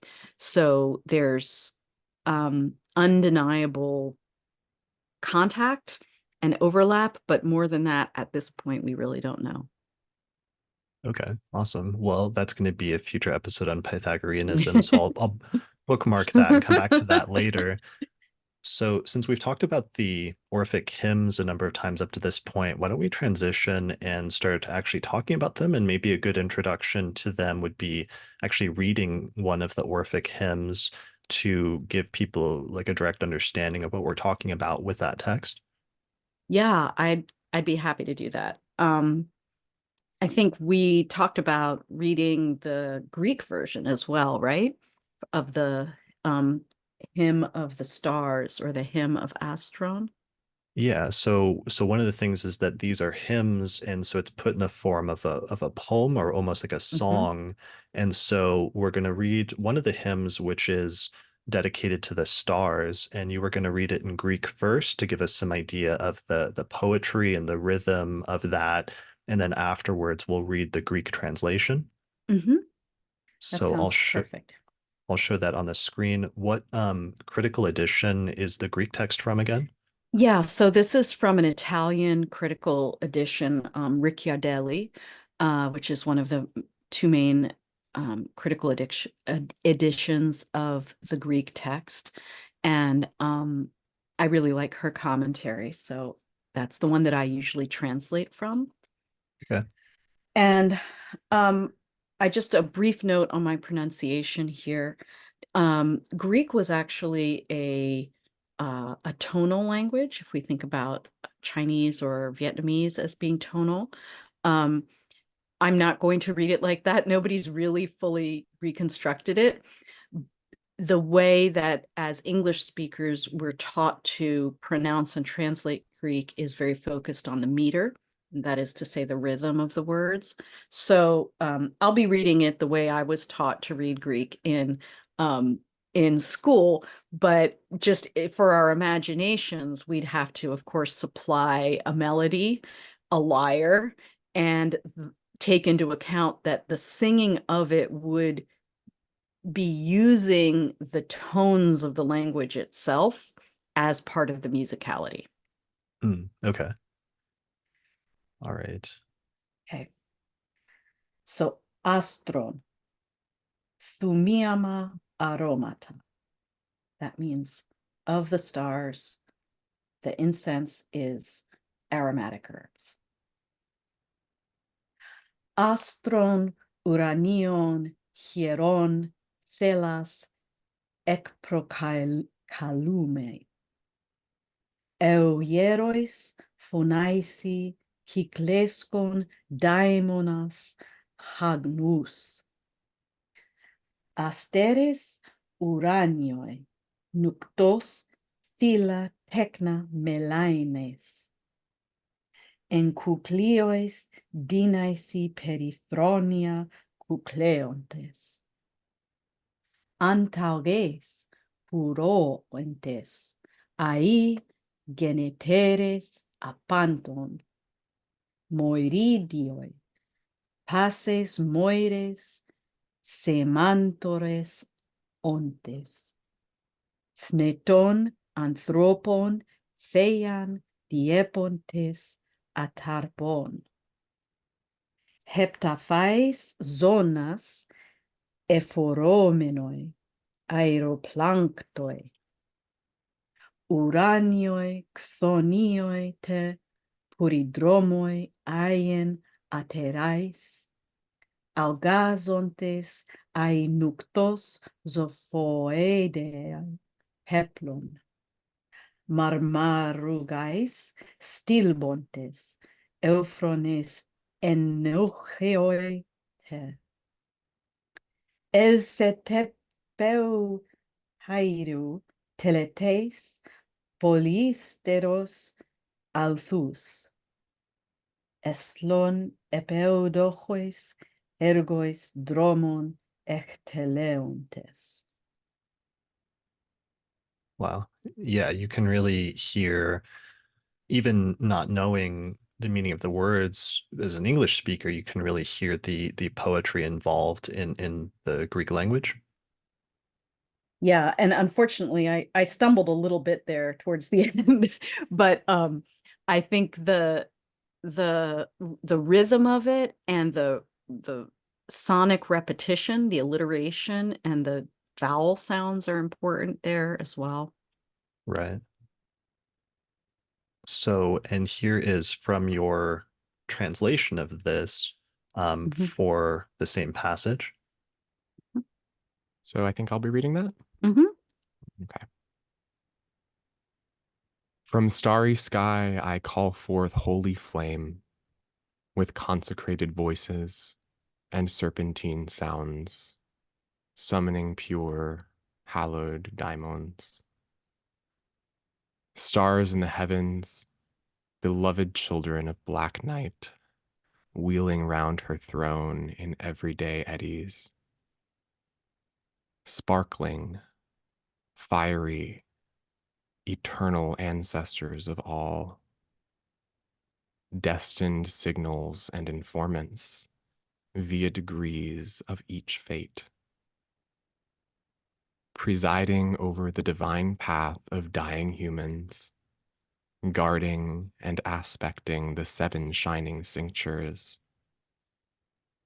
zigzag air roamers in sky and under earth, fire runners, eternal, unyielding, untarnishable ones, forever illuminating the dusky mantle of night, appearing bright mirrored in her twilight winter gloom underskirt, gleaming with sparkly twinkle toes, cheerful in the gentle time of night.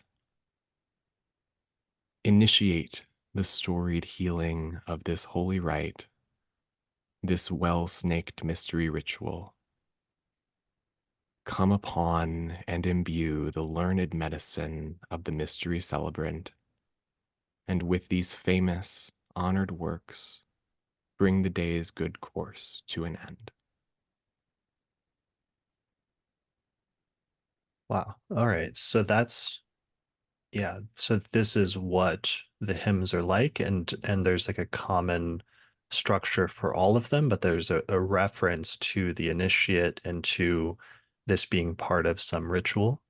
Right, and this Mhm. is common in the hymns that they conclude with some kind of call to for the divine to do something to the initiate, or for the divine to hear the initiate so that some effect can be enacted. Hmm. Yeah, and I just in terms of Greek religion in general, Greek hymns are usually structured with an invocation or naming of the deity. And then often, like in the Homeric hymns, you get a story or some snippet of a mythological tale that sort of fills out the hymn. And then at the very end, you get the petition, what you're asking for. But in general, Greek hymns are heavy on the praise of the deity with a short request at the end. In the Orphic hymns, we get this attention to naming that runs through the hymn. So if you notice, it's harder to see in the English than in the Greek, but um, we start out from starry sky, I call forth holy flame, right? So I'm calling this down. There's an element of almost magical invocation, right? You're summoning. The word in Greek is summon, or can be translated as summon. And then it names stars, astron, in the heavens. And then the rest of it are these descriptors of the stars that in Greek grammatically are still in a grammatical form of a name, which we can't really do in English very well. It's clumsy, but that's why you get these long sort of epithets in the Orphic hymns: stars in the heaven, beloved children, wheeling round the throne, sparkling fiery, eternal ancestors, destined signals, presiding over the divine path. So these repetitions, name upon name upon name, different ways of summoning these stars and describing them, and then as Drew pointed out at the end, you get the request for the divinity to do something specific, right? Initiate the storied healing, this holy rite, come upon and imbue the learned medicine of the mystery celebrant, and bring the day's good course to an end. And just one word here about my translation process. We can talk about this a little bit more later, but the language of the hymns is often meaning several things at the same time. So what I like to think is one of my contributions to the field of Orphic studies is that previous translations have translated the most literal meaning of the hymn. So they're very accurate. Many of there are other translations out there of the hymns that are quite accurate, and they might they translate the level of meaning that is most apparent and often mythological in content. But the nature of Orphic language, nature of mystery language in general, is that it carries multiple meanings that the initiate will understand and be able to access. But that to the regular person, if they picked up this hymn, they would just see a hymn to the stars. They would say, oh yeah, it's talking about the stars, and in the night skies, and that lovely. Yeah, they would be like, "This is pretty. That's pretty. This is a Right. catchy tune, or something like Yeah, that." yeah, And exactly. there's just like the surface level where it's just like a pop song almost that you could listen to it as. Right, exactly, exactly. And then, but if you are somebody who has an ear for astrological, astronomical, and esoteric mystery language, you're going to hear things that you're like, wait a second. And that's actually the story of how I came to be involved with the Orphic hymns, is that I picked up the hymn to Hermes to translate because I like Hermes. And as I was reading it, I was like, wait a second, I think I'm seeing something here. And then I translated the hymn to Aphrodite, and I found myself seeing stuff there too. And I think that's when, all those years ago, Chris, I wrote to you and be like, hey, I think I'm seeing some astrological stuff in this hymn. And as I translated more and more hymns, I found more and more language that, I want to be very clear, I'm not sure if in the hymns themselves the language is being used astrologically. It's being used to describe celestial phenomena, and I think they're sort of interested in measuring and documenting, understanding the celestial bodies and describing them accurately. But for anybody who also knows the later astrological material, certain words leap out at you, like in this hymn, the seven shining belts. Well, if you just translate that as the seven, the word in Greek is heptaphyes, which means literally sevenfold shining, zonas, which gives us the English word zone, but in Greek means like a girdle, or the common everyday usage is the girdle that women wore around their peplos, or their cloak, to tie it closed. So we have imagery elsewhere in this hymn to the stars of night having a cloak, having a peplos, and there's a girdle there. So you could read this hymn, and most people have, as simply a lovely poetic description of the night being like a cloak, and the stars being like embroidered on her cloak, and there's a belt that closes it. But if you know that zonas is a word that later gets picked up for astrological purposes to refer to the belts, certain belts or pathways in the sky, then you can begin to say, oh, wait, this word heptaphais, that's, previous commentators have looked at that and said, we're not sure why sevenfold here. This must be some reference to the seven planets and being embroidered on night's robe or something like that. But the fact that they're using seven and zonas together, perhaps this is an esoteric reference to seven paths or seven planets. We don't, the nature of esoteric language is that we can't look at this and say, for sure, this is what this means, right? But it evokes something. It evokes a description of the sky that contains information. There's data in here for those who know how to read it. And I think, Chris, you've mentioned, you've pointed out in some of your other episodes that Vettius Valens, for instance, critiques some earlier astrologers for being opaque or I forget the exact words that he uses, unnecessarily confusing. And I think that one of the interesting things about the Orphic hymns is that they are clearly, to me at least, I think they're clearly written to convey certain data about celestial observation, as well as the soul's journey. And they're written esoterically. They're designed to be confusing. They're designed to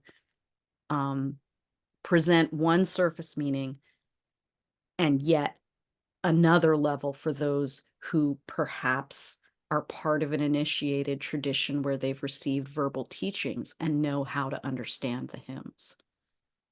And so that potentially provides a really interesting link between the later astrological folks like Vettius Valens, who are very interested in transparency, and with these earlier, very early temple traditions that were much more based around secrecy and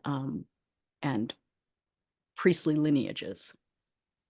Right. Yeah, there was definitely some of these traditions in the written component an esoteric or mysterious or enigmatic manner to the writings, and that's something that Valens is constantly complaining about for the earlier authors like Nicepsa and Pythagoras, but also especially for another writer named Critodemus, who there was a recent book that was published by a scholar named Kristin Tulsa, who argued that Critodemus was part of an Orphic tradition or part of the Orphic tradition, and therefore that may be part of the reason why Valens complained about his text being enigmatic or esoteric so much, because Critodemus was writing in a similar Orphic tradition that encoded the language in different ways and made it hard to understand or difficult to understand, and that unraveling the text is like part of the process of familiarizing yourself with it, so that it's not, everything's just not on the surface level, but you have to actually like work for the information. Yeah, absolutely. And I think that Critodemus or Critodemus is the really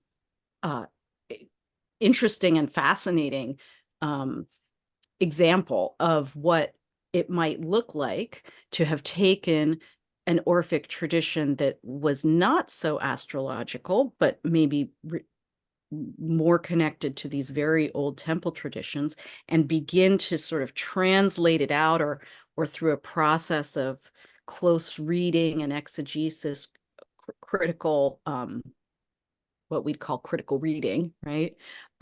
If Critodemus is looking at that and looking at more ancient Orphic traditional texts and trying to draw out the implications for astrology. And he might be situated somewhere between an older Orphic mystery tradition and, the eventual Hellenistic astrologers like Valens and others. This is, I love that this new book that you're talking about is a great example of someone doing work on that area. Yeah, for sure. And it then creates an interesting linkage between the earlier Orphic tradition that we've been talking about, like you're saying, and the later astrological tradition. Um, and yeah, but going back even to just this passage, we can see a hint of that and what that's like in terms of reading esoteric writings. Um, Hold on just a second. Reading And I esoteric writings and an implicit meaning in there. For example, here with the reference to the seven zones, and I talked a Mhm. lot in the episode last month on the Antikythera mechanism, how one of the things that seemed to set the Hellenistic astrological tradition apart was the advent of this ordering of the planets in what they referred to as the order of the seven zone sphere, that had the planets in descending Chaldean order with the sun in the center. And, whether something like this is a reference to that, but at the very least, it's clearly a reference to the planets, but it's not stated explicitly, but instead more implicitly or poetically. Hmm. Yeah, and it doesn't mention here, this would be a great example of why I might place these hymns relatively early, because we don't see an explicit naming of an order of planets. We don't see a reference to a sphere, to seven spheres here. We see seven belts, right? So um, I'm still very much working on dating and geography. I don't know if I'll ever have a definitive answer, but it's the fact that we see a slightly more simple version of things that we later see much more codified and complex takes on. Um, that simplicity is part of the reason why I wonder if the material from these hymns, or the core of the material in these hymns, isn't located at a relatively early time period. Right. That's one of the questions. And so I guess we didn't talk about that, but there's because of the lack of clear material, there's no reference to like a date of composition or of an author in the text. So there's pretty strong debates about the dating Hmm. of the Orphic hymns, and there's some people that date them relatively late to between the first through the fourth century Hmm. CE, versus you argue for more of an earlier dating for the Orphic hymns. Yeah, and I think one of the people who I think has done really important work on this, and I would be remiss if I didn't shout her out, is the scholar Anthi Chrysanthu, who's written a book called Defining Orphism. And she does a lot of work. She doesn't really talk about the hymns that much, but she's done a lot of work relating early Orphism to different types of celestial beliefs. And her work is by far the best book out there on Orphism right now, I think. And with the Critodemus book also being um, a must-have. But um, yeah, I think that, we also get on the other end of the spectrum, there's a French scholar who wants to date the hymns even further back because she believes they refer to specific she's an Egyptologist, and she believes that they refer to specific um, things that were happening in the sky around 1100 BCE, and relates them to different pyramid texts. She has a whole critical analysis. So I, I think that I wouldn't go that far. But I do think that it's really interesting to think about whether or not these particular hymns um, were written down in the 500 to 400 sort of time frame, basically pre-Plato. If Even if they weren't written down then, to think about them as perhaps preserving a tradition that is pre-Platonic. And your evidence for that, Kristin, is that there, at least part of it that I can speak to, is that there's philosophical remnants of pre-Socratic philosophy laced throughout the hymns, Hmm. but Plato does not appear. At least Platonic thought. You haven't identified any Platonic language or themes. Yeah, I feel like I've been able to identify ways that Orphic language appears in Plato, but not vice versa. Um, and that, I'm not finished translating the hymns yet because each hymn takes me forever because of the amount of research that I have to do.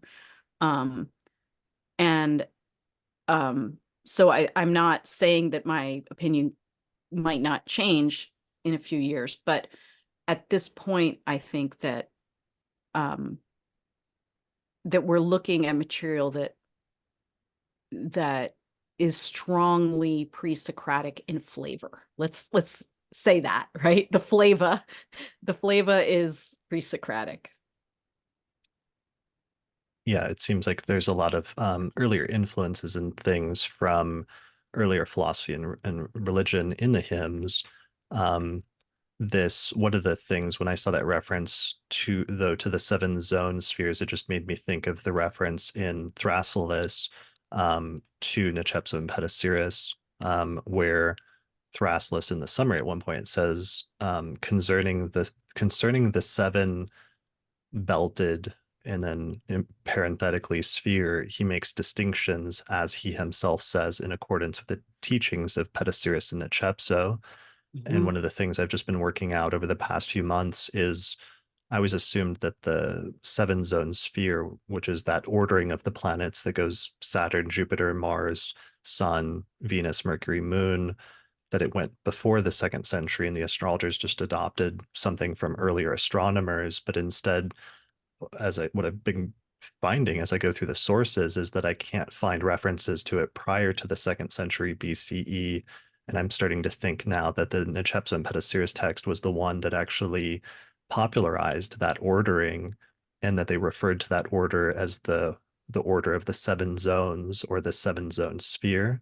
Mm. So to whatever extent that's true, I think one could possibly make an argument that if this does refer to the seven zone sphere, that it would be then something that wouldn't antedate the second century, but would come either in the late second century BCE or after that at some point once that Hmm. concept had been developed. But I could certainly see arguments for like an earlier influence or whatever, and that's something that would be discussed. And I look forward to seeing in your book your full analysis of where things sort of shake out with that in the end. Hmm. Yeah, thanks. Yeah, I'm not it'll my book that's going to be forthcoming soon will have a limited amount of commentary because it's a much shorter selection of hymns, but I'm working like from having written your book and or somebody like Demetra who has spent so many decades um creating her 2 volumes. This is something that will take me a long time indeed, and it may very well be that the dating um, will turn out to be later in the second century, or that, one other possibility that I've been thinking about as I've been contemplating what you pointed out recently about Nicepso and Petosiris is that perhaps there's traditions that we're not fully aware of or that haven't remained to us that were Egyptian traditions that both sources are drawing on. And I'm not an Egyptologist. I, you know, I certainly, as you do, try to keep abreast of these things, but we may be, yeah. When I started, let's put it this way, when I started in the 90s, Garth Foden's thesis, he wrote a book called The Egyptian Hermes. And his thesis that the Hermetic tradition was actually based on Egyptian temple traditions was considered wild, right? Like, no, it wasn't. Hermetic stuff is Greek, and it only, the idea that it could have had a link to actual Egyptian temple practice was, you know, a lot of people laughed at it. A lot of scholars laughed at it. And now it's the standard belief. So, who knows in 10, 20 years what we may find or reconsider from the Egyptian tradition.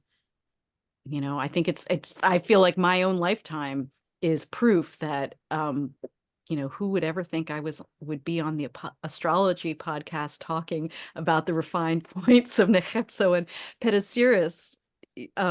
It's beautiful and amazing.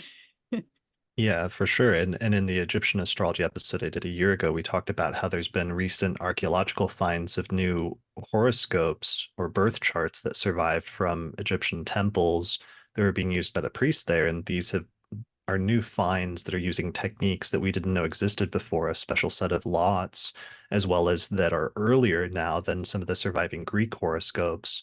So yeah, our knowledge of things is growing and changing all the time. Mm-hmm. Yeah. Yeah.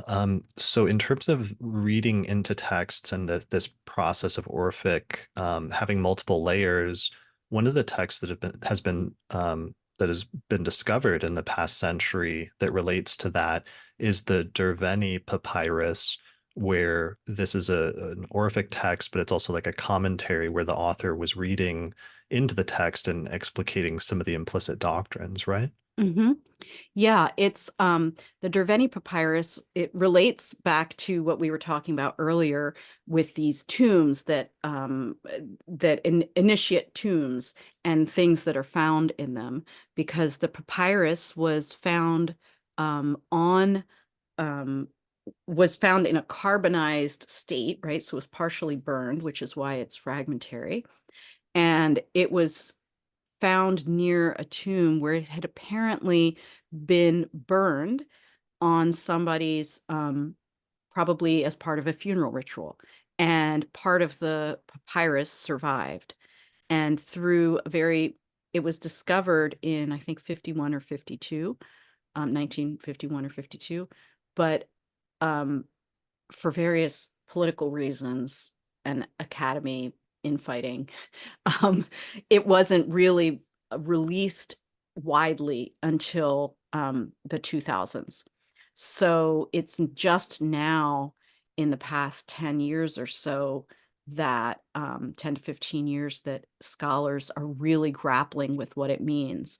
But what it means literally in terms of the uh, the text itself, but also what it means for the history of religion and the history um, of understanding esoteric practice and ancient mysteries. And basically, if you had asked somebody in, I don't know, 1965 or something, is it possible that that folks in the period when the Derveni papyrus was discovered, which is the sorry, roughly speaking, around the time of Alexander the Great. If you had asked a scholar if Greek philosophers were unpacking words and doing this type of critical understanding of texts and trying to get behind the hidden meanings of words, if you'd said, were they doing that around the time of Alexander the Great? You'd say, no, no, no, no, no. That's something that happens much, much later. That's a Neoplatonic thing that happens in the, third and fourth centuries. And the discovery of this papyrus pushed all of that back, and it gave us an insight into how quite early on Greek philosophers and authors, thinkers were really mining texts to extract meaning from them in an esoteric way, meaning that they were looking beyond the surface meaning and getting at the meaning behind the surface meaning. So, for example, in the Derveni papyrus, it says, point blank, it says, Orpheus writes in ways that are confusing for people to read. And he's doing that because he's trying to hide the true meanings. So when he says X, what he really means is Y. And when he says A, what he means is B. And it goes through this lost Orphic text and parses it out and explains it to the reader, presumably an initiate. And because of that Derveni papyrus, because that papyrus shows us unequivocally that Orphic texts were meant to be read esoterically, we can now go and look at other Orphic texts to see how they might preserve some of the same esoteric language. Got it. Okay, so you have to read each of the hymns very carefully. There can be multiple levels of meaning, and then by extension, that may cause us then to look at some of the astrological texts that have survived and see if they were ever employing similar approaches in terms of esoteric writing, or in terms of multiple meanings. Yeah, absolutely. Absolutely. All right, so we're back from a break. We're going to now transition to talking about the hymn for Ares, for Mars, and this is the other hymn that you two wanted to share today, right? Yeah. All right, let's do it. Cool. Hymn to Ares, Mars, incense, frankincense.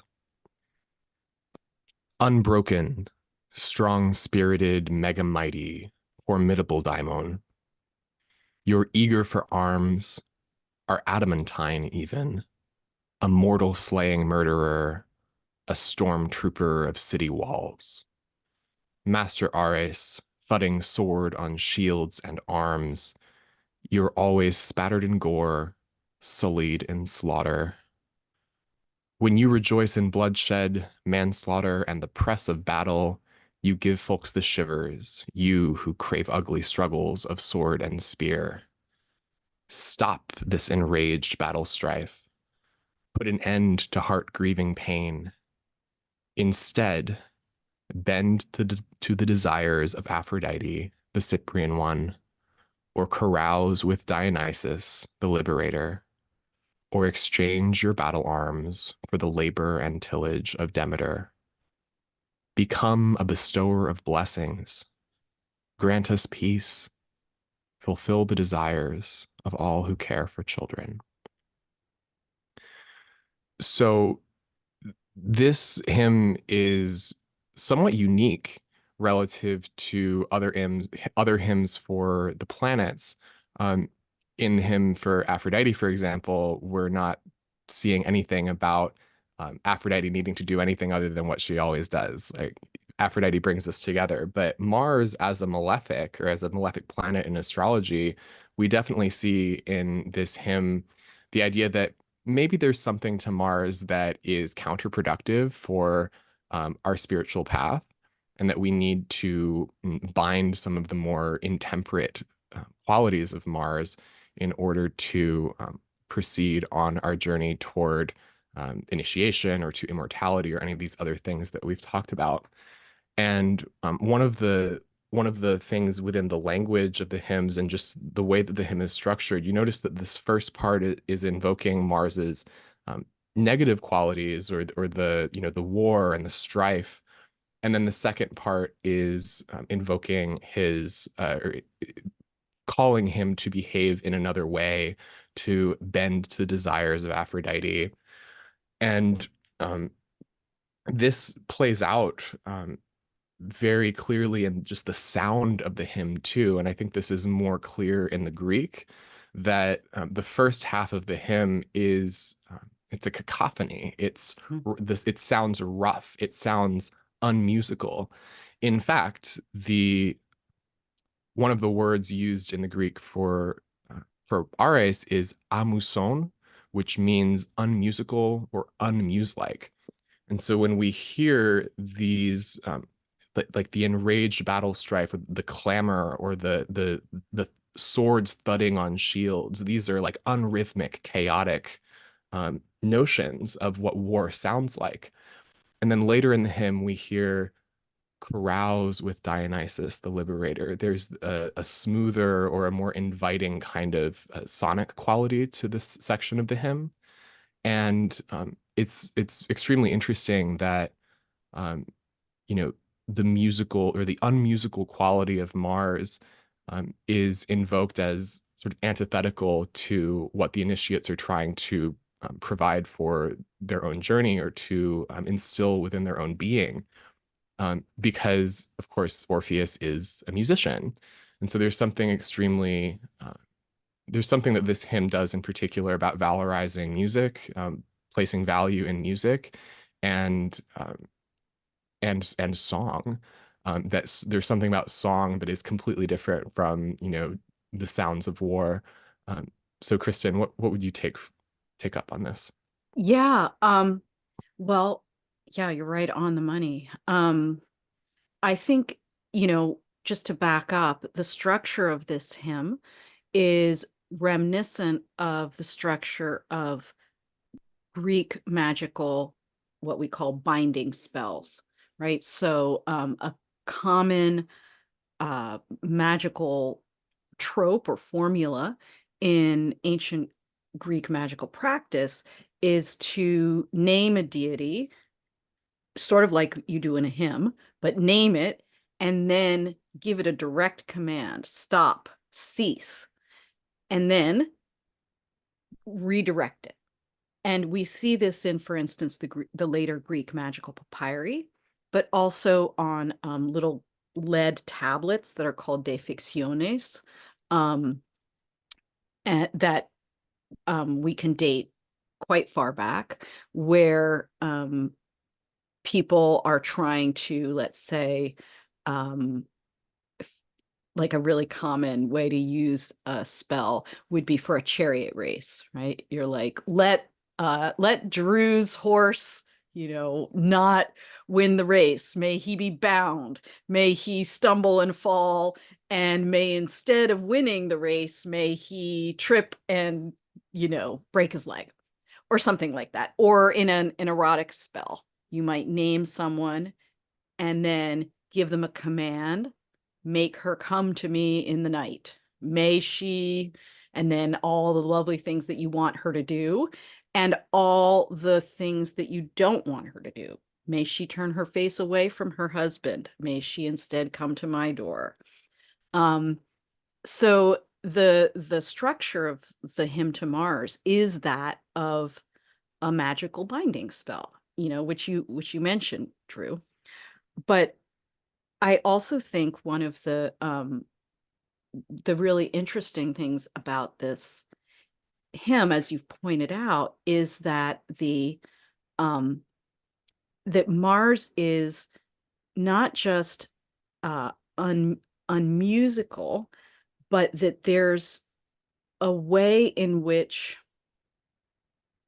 even the remedies that are offered are also by association associated with music, right? Aphrodite is associated with pleasant music. Dionysus is associated with dance and carousing music. And we see Demeter, the labor and tillage of Demeter, right? This is more of a reach, but makes me think about agricultural songs and the rhythm of agricultural work, right? When you get out behind the plow or you're with a shovel, a spade in your hand. So there's something about redirecting the stamina and enthusiasm of Mars into these more muse-like forms. Yeah, the Right. meter and the rhythmic quality, and like the idea of rhythm comes up in other hymns, like the sun is often spoken of in terms of this sort of like steady pace, right? And we can see that steadiness as an astronomical feature of the sun, right? It goes the same pace every day, as opposed to the astronomical features of Mars, which are very erratic, right? He has these retrogrades that where the stations are, you don't even, the sun is always averse from Mars when he stations. And so there's this kind of, coming out of left field energy of Mars, this lack of expectation that we would associate with metrical music. This is very reminiscent of the Picatrix and some of the planetary invocations in terms of the way they attempt to invoke some of the planets and some of the deities associated with them. We're seeing a similar but much earlier tradition here, right? Yeah. Mhm. Yeah. And as Drew pointed out, this hymn is sort of remarkable in the Orphic hymns um for being the only hymn to the planets that has this binding quality to it. Even the hymn to Kronos um, mentions binding, mentions fetters and chains, but does not seek to bind Right. Kronos himself. Right. Kronos is the bonds of the cosmos. Like it's like a necessary limit in a way. Mhm. And that hymn is definitely much more reverent, I would say. Um, in terms of how this hymn illustrates or is at least related to, if not, a cause for astrological doctrines, this idea of binding Mars. Kristin made this incredible discovery about how this might map onto the domicile scheme. And we have a graphic to illustrate that where um,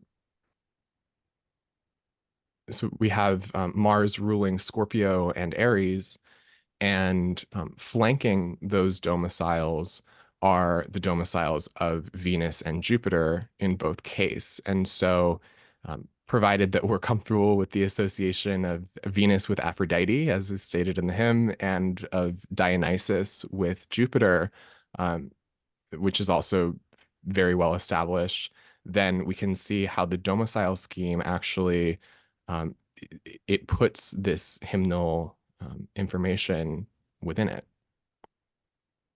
Hmm. Right. So for the audio listeners, we're looking at a diagram that has Mars and Scorpio and Mars and Aries, it's two domiciles. And then on either side of Mars, we have the domiciles, the two benefics with Venus and Libra and Jupiter and Sag on two sides of Mars and Scorpio, and then Venus and Taurus and Jupiter and Pisces on either side of Mars and Aries. Yeah. And I think that this is something, you know, this is, I think, one of the really interesting ways. It's a great example of how something that's poetically expressed in the hymns could be later codified in a and sort of taken up, worked with, played with, and created into a formal scheme.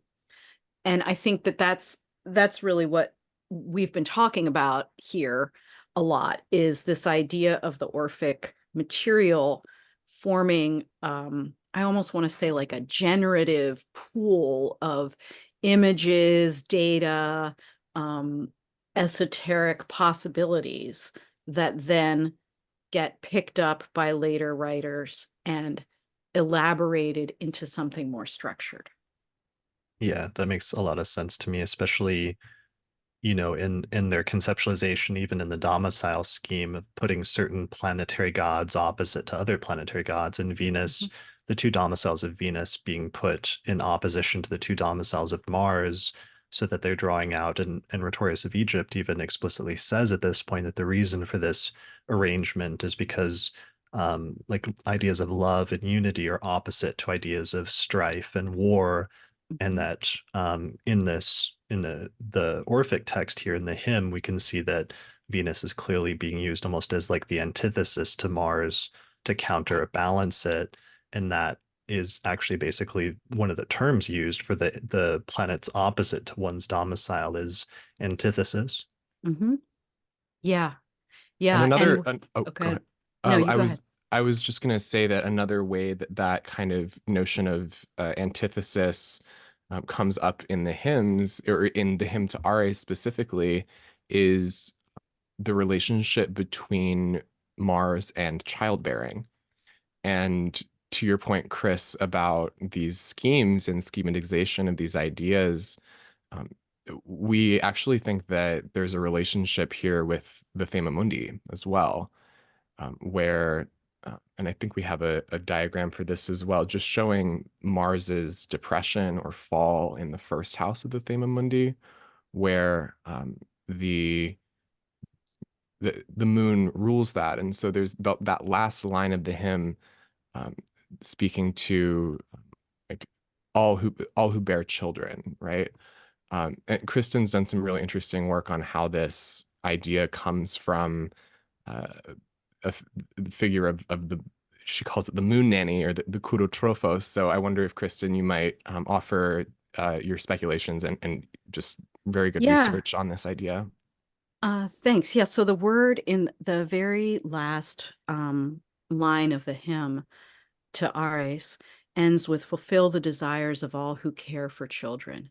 And that word in Greek for all who care for children is kurotrophoi, which means literally child rearers. It's a word that in everyday ancient Greek could refer to the nannies in a household, right? They might be slaves, they might be older relatives, they might be, yeah, often older women tasked with helping to raise a child. And so in everyday language, that's what that word means. But there's a really interesting tradition, both in ancient Greek religion and in Etruscan art and religion, of seeing certain deities as kurotrophoi, as child nurturers. And they were usually the deities, the goddesses, because they were goddesses, or sometimes genderless, gendered beings. Um, the deities that were called kurotrophoi played a specific role in helping bring the child, the soul of the child, through childbirth safely. So, and there's some interesting, as I said, Etruscan artwork and archaeological evidence of figurines that show figures, winged figures straddling a crescent moon and Looks like a holding, boat, right? yeah, that looks like Back a to the boat, nautical idea for sure. and holding a child, a very adult-like looking child, right? Because it's supposed to be a soul. And holding this soul and bringing it into the world. So when the you know, as usual in this Orphic hymn, there's several layers of meaning. You could read this as just, hey, Mars, you should really calm it down with the warfare because you're making a lot of governesses and nannies really sad that their little boys have to go off to war. That would be the most exoteric or surface level meaning. But when we say, grant us peace and fulfill the desires of the kurotrophoi, that evokes these deities responsible for birthing the soul into the world. And one of the major deities associated with birthing the soul into the world is the moon. Both in Etruscan art with these crescent moon figures, but also in, you know, for folks who are more familiar with the Greek goddesses like Artemis were associated with childbirth, and Artemis is also associated with the moon. Even Persephone was sometimes associated with childbirth, probably because she had an association with death and near-death experiences, which childbirth was very dangerous. And so how this is connected with the Thema Mundi is that the first house of the Thema Mundi is the domicile of the moon, of this kurotrophoi, this child rearer, the one who ushers the soul into the body. And therefore, by binding Mars, who takes his depression or his fall in the first house of the Thema Mundi, it's facilitating the moon to perform that function more peacefully and successfully. And that's an important thing for a religion that's very concerned with the journey of the soul. Wow. Yeah. Yeah. That's really cool. So one of your points, Kristin, is that you think that some of these earlier Orphic doctrines probably they didn't necessarily have astrological components in it of themselves in like the hymns, for example, but they influenced potentially the later astrologers and later astrological thinking that then could have become the motivation for why some later astrologers took inspiration and created different technical things. Yeah, yeah, that's perfectly put. That's exactly it. And I think it gives us a really tantalizing question, at least to my mind, which is how many of these astrologers might have themselves either been initiates or been part of a tradition, maybe if it wasn't strictly speaking Orphic, but was influenced by Orphic initiatory beliefs, right? So, when a Hellenistic or Roman astrologer speaks about their student as an initiate, maybe there was some level of literal meaning there, whether it was an initiation, an Orphic initiation, or an initiation into a lineage of astrologers, right? I I just wonder, really makes me um, wonder about those threads of lineage and transmission and what would have been required of astrological students in the ancient world. And they were all poets, weren't they? I mean, many of those astrological Yeah. writers were poets. They were, you know, attuned to the muses, attuned to the musical nature of language, and their treatises were, many of them were versified. They were written as poems, as songs, and so um, it does make one wonder how much of these multiple layers of meanings are also found in astrological texts that, of course, in the last 30 years or so, the main focus of translations of those texts has been to transmit the technical frameworks. But maybe there's more to be found there and more research to be done on what kind of esoteric doctrines might have also been implicit. Yeah, well, let's talk about that. So there's a huge tendency in the first half of the Hellenistic tradition, the earlier half, for instructional texts to be written in verse.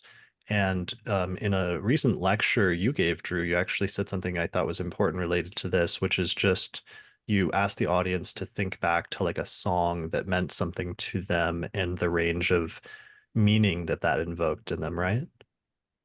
Yeah, I think it's really powerful to think about mystery language in terms of song. This multivalence or this tendency for music and for poetry to, I mean, it's not even a tendency. It's like it's what it does.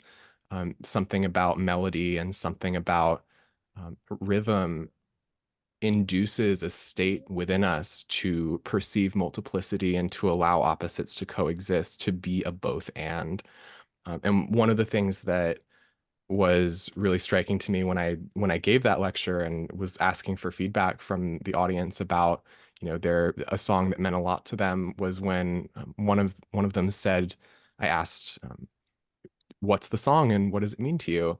And one of them said, "This song means so many things to me, and it's meant so many different things to me over the course of my life."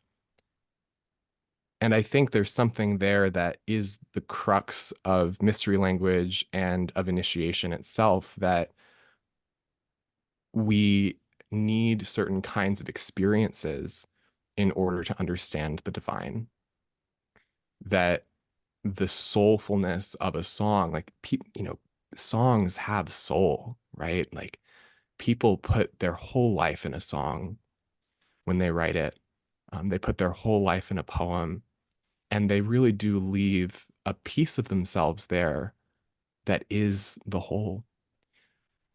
And when we listen to a song, um, it allows for this beautiful uh, coexistence, or this beautiful like reassembly of ourselves from experiences that kind of fracture us or make us feel um, hurt or um, pain, and we were reunited with the all through these soulful transmissions of music and poetry.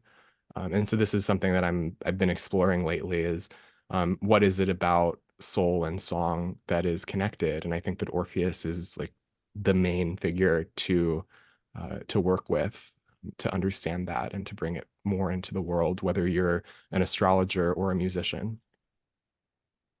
Yeah, thank you for that, Drew. I mean, I also think, just to put a little pin in something that maybe plant a seed, Chris, in your head for your Pythagoras episode. This is one of the places where I do see a lot of overlap between Pythagoreanism and Orphism, and particularly the Orphic hymns, is that the hymns are very interested in number, ratio, and there's several explicit references to music, like in the hymn to Apollo, we get references to the Dorian mode. We have references to other forms of musical modes in the hymns. And the Pythagoreans were likewise very interested in musical ratios and number symbolism as a way to connect with the divine.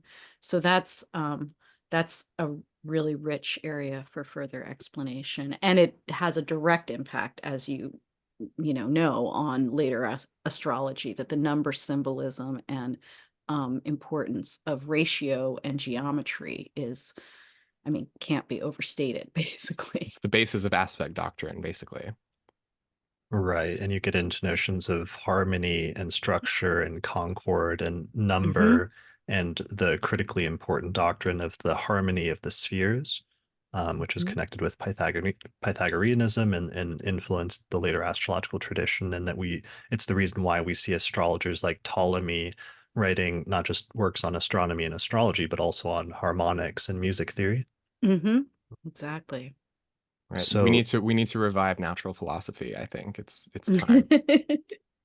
yeah, well, it's just going back to in the ancient world, sometimes the interconnection of all of these different realms of like science and mathematics and but also religion and philosophy and mysticism and all of these things being tied together in different ways in connection with like the unity of the cosmos, perhaps. Yeah. Yeah. And like we live in an era of intense specialization, right? Like going back to the beginning of industrialization when Adam Smith wrote The Wealth of Nations, how does the nation become wealthy? It becomes wealthy by differentiating different kinds of labor and people specializing in certain things. And so now we come to this point where we have, at this moment in history, incredible specialization. But what ties it together? What gives, like, if I'm a specialist in something, I'm a scientist and I have my little niche of science and I'm finding like the truth for that specific sphere, that truth doesn't go beyond that sphere. And so I think what part of the magic of the hymns, especially for our time today, is allowing us to grasp the whole, grasp what is between all of these, these ways that we've fractured ourselves from the world around us, that we can start to see things again as a totality. And I think that's really what spirituality, various spiritual traditions throughout history have always been trying to do, and the Orphics are just one of them. Yeah, I also want to pick up here on something that I feel like I'm an undercurrent that I'm hearing from both of you, which is that in this uh Orphic poetry and the Orphic use of poetry is proliferative. I don't know if I'm pronouncing that word right, but it proliferates meaning. It multiplies meaning. And in an ancient context in general, in ancient philosophy, we see that that is something that they value. Where our modern scientific mind tends to want to narrow down a meaning to be the most precise and accurate that it can be, and therefore the most precise is the most powerful. of course, in the ancient world, there were times when people wanted very precise language. But in general, one can say that philosophers liked language that allowed for more and more possibility. And this ties back to your earlier point, Drew, about song. Songs are similar. Poetry is similar. That the words in a song or sung poetry generate meaning because they're not everyday language. And that generative meaning is at the base of what we think of as magic, right? That magic is the ability to proliferate and grow many different things out of something that looks like it shouldn't be able to grow that thing, right? So the more, if I have a word that can generate 3 or 4 different levels of meaning, that is a powerful word. Right. And the person who through their life cycle is able to dive into and play with and extract multiple deeper and deeper layers of meaning from a text, that person is an initiate, is wise, is a magician, a philosopher, right? A lover of wisdom, is somebody who plummets, spelunks the caves of a text. And what I think is really cool for those of us who practice astrology and maybe other forms of ancient based spirituality these days, is that we have those experiences. I mean, I'm sure you two feel this way, right? When you learn about astrology, it's like learning a language, and all of a sudden you see the world differently, and there's this wonderful feeling where you think, I am never going to learn the end of this. It is going to just get deeper and deeper and richer over my whole life. I could live 14 lifetimes and I still wouldn't reach the bottom of it. And that's because astrology is one of these generative languages that the ancient world valued. That's a great point. Go ahead, Chris. Just that it made me think of the multivalent nature of astrological archetypes is an analogy for the multivalent nature of language in and of itself. Yes. Yeah. Beautiful. Yeah. So taking it back to the astrology and the astrologers as we're getting towards the end of this, as Drew said, it's really notable that a lot of the early astrological texts tended to be written in verse, and there's a definite tendency for the earlier astrologers to write their texts in a way that similar to the hymns that we just read earlier, where it's in this poetic form, in the form of a song, essentially. And this is true of the immensely influential text of Dorotheus of Sidon from the 1st century was written in verse. The text of Manetho from the 1st or 2nd century was written in verse. Anubio, the Nicepso text was actually some version or some early core part of the Nicepso text was also written in verse right there at the very ground level or the start of the Hellenistic astrological tradition. And then finally, we also have some astrological texts that are attributed to Orpheus, and one of them is a text on transits. And what's interesting about this text is we have like a summary of it that survives, but occasionally it seems like the summarist will occasionally lapse into quoting an exact phrase from the text, and it will still be in verse form. So there was somebody, and obviously this is tied in with the broader practice in Hellenistic astrology and tendency to write pseudo-epigrapha that were like attributing texts to legendary or famous figures instead of using your own name and assigning it to the text. But some people like Garth Foden, for example, in the Hermetic tradition, argued that the purpose of that was to sort of signal that you're part of a tradition by attributing it to the legendary founder of your tradition, like Hermes. And we have ancient philosophers like Iamblichus claiming that the Egyptian priests ascribed their text to Hermes in order to signal being part of some sort of lineage. So perhaps we have something similar there with this text attributed to Orpheus on transits.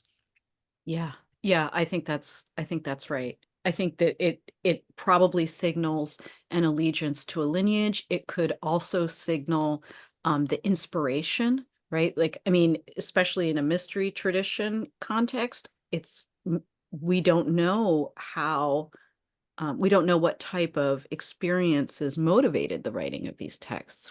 Did authors feel that they were in communication with Orpheus himself, or receiving dreams or inspiration from Orpheus, much like I'm thinking of Asclepius in the medical tradition, where people frequently sought out dreams and revelations from Asclepius as a divine figure. Um, and we really don't know what what types of invocation of Orpheus himself might have been present. So I think that probably both of those things are true, right? That it signals a lineage and perhaps an inspiration. Right. And there's also I think another example of like a verse astrological text would be Astronomica from Manilius. All right. And yeah, I mean there's so many of them. It's like but he actually mentions Orpheus in the text as well. And specifically he talks about the Orpheus's skills of enchanting with music. And also imposing a limit on death is how the translation goes. I think that translation is from Gould, that Kristin showed me. And it makes one wonder, this psychopomp figure of Orpheus, his connection to music, his connection to the afterlife, um, and his connection to, or his influence on all of these astrological thinkers. It makes one wonder to what extent the earliest astrology that we know about and the earliest texts that we have, were they about the life and the nativity and what the person is destined for in life, or was it about something more? Was there also an interest in death and the kind of afterlife that the nativity could promise, or that could be achieved through a certain kind of experience of that nativity? Um, Big questions that I don't think that we will ever be able to answer conclusively, but it certainly makes us, for me personally, um, coming into this tradition, that this Orphic lineage that I very much see myself as a caretaker of now and going forward, is, you know, seeing that art and science and astrology are part of the same thing, that as astrologers, we're offering poetic insights for people. We're offering the kind of reassembly that I was talking about earlier, the kind of unification of self, or the kind of rejuvenation, or the ability to go on. That's what we do. We give people art. We give people a new beginning by getting to see things in a different way, or getting to like Kristin was saying, proliferate these meanings about our lives. And so for me, it's definitely changed my perspective about what it means to be an astrologer. That astrologers are artists, and it's no surprise that a lot of my astrologer friends have like artistic backgrounds, or they have interest in the arts. So Yeah. And the connecting of different worlds that seem opposite or often framed as opposite, which we often think of as a mercurial thing, and that mm, astrology gets assigned to Mercury in the Hellenistic tradition by Valens and other astrologers. But mm, here we see some of the overlap with Orpheus as well, potentially there in combining different worlds. totally. Yeah. and with Hermes, we see, you know, as you started out, Chris, mentioning quite early on in this episode, that both Hermes and Orpheus share the lyre, which is, you know, tuned to either 5 or 7 strings. Um, and they share a connection to memory. They share a connection to mathematics and ratios, rather, you know, and those and to song and poetic production. And that I just I feel like there's such a beautiful role that astrology and the Orphic hymns, or maybe astrology perhaps as understood via the Orphic hymns. But when we bring this Orphic cosmology into the study of astrology, it enlivens the chart. It enlivens our understanding of the cosmos, and it helps, for me personally, in this era where we do feel so separate and we do feel disconnected, most of us, from not just the natural world, but just each other and everything, you know, on our little screens. This is a really beautiful balm, BALM, balm for the world. The love bomb. How about that? Yeah, the love balm. See, Very see Aphrodisiac. the proliferation of meaning and double entendre. Love it. Love it. You're already encoding dropping wisdom bombs in the subtext of the words. All right, this is brilliant. I think we're getting towards the end of wrapping up here. I know that this is a huge topic, and this is probably something we could talk for hours and hours and hours about, because it's such a big field and such an emerging field as it's growing more, and the two of you are doing really innovative and important work here. But maybe, yeah, maybe are there any other things you want to make sure that we include before we wrap up and talk about where you'll be continuing some of this work, and where people can go to find out more about it? Are there any like points that we're going to kick ourselves if we didn't include towards the end?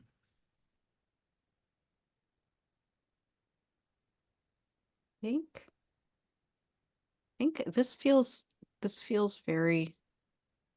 like a great place to wrap up. Yeah, I like how we've Okay. kind of wrapped up with a more of a discussion about the implications of this. It feels good. Okay, good. I felt so as well. I just wanted to make sure. Okay, brilliant. So, tell me about your continuing work about this topic, like what you have coming up, what you're working on, and where people can find out more information about it. So, I mean, Kristin is still translating, and her Substack offers a wealth of her translations as well as commentaries on the translations. Giving some of the insights that similar to the ones that we've discussed today, and just really rich commentaries. So that's awesome. Kristin and I also teach a class which will be resuming or relaunching this month, and we'll be starting our meetings for that in May. So the information for getting in touch with that will be on my website and also Kristin's website. So those are the places where you can get in touch with us.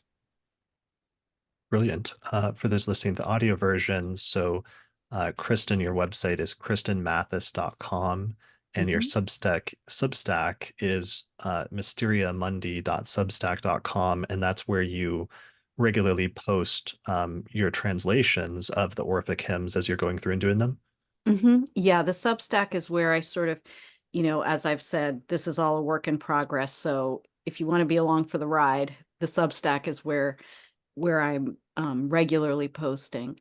And Star, the class that Drew and I are offering, really takes a deep dive into this material with a lot of slides and art and different access points ways of understanding the esoteric content in the hymns.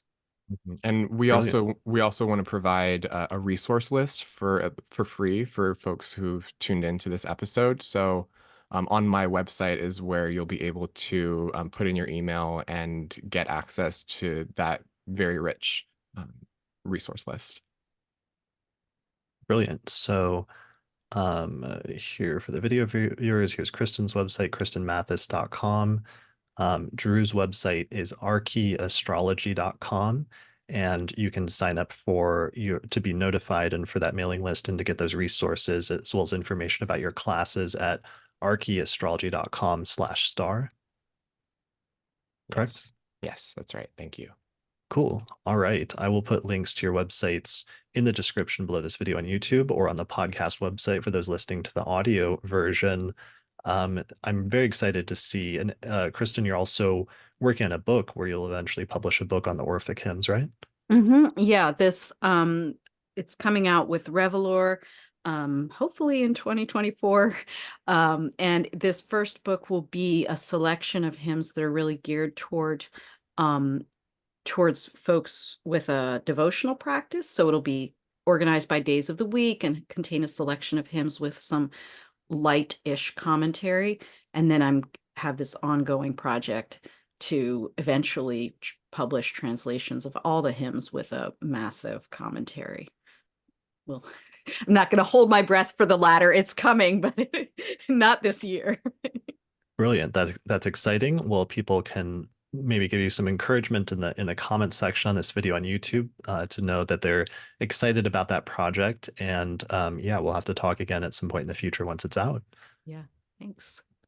Cool. All right. Awesome. Thank you both so much for joining me for this today. This was an amazing episode. This has like filled in a lot of things for me where I've been going back into the origins of Hellenistic astrology over the past few months. And this is a much more important and integral component than I previously realized or fully acknowledged until I started paying closer attention to it and started being influenced by your work. So thank you, both of you, for teaching me something about Hellenistic astrology that I didn't fully grasp until now. I appreciate it. Oh my God, we taught Chris Brennan something about Hellenistic Oh my astrology. God. Yeah, that is like the biggest compliment ever. Chris, I just want to return the kudos because when we were talking briefly before we started recording about the fact that I don't have formal training as an astrologer.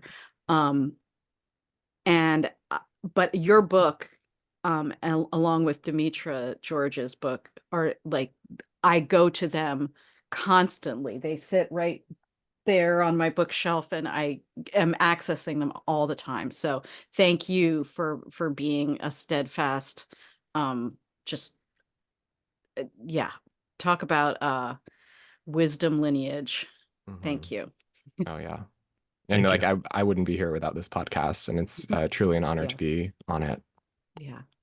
Yeah, I'm glad to have you both on for the first time. I'm glad to have you on for the first time, Drew, because we've worked together and known each other for several years. So this was it was finally the right time for us all to get together and do this. So thank you.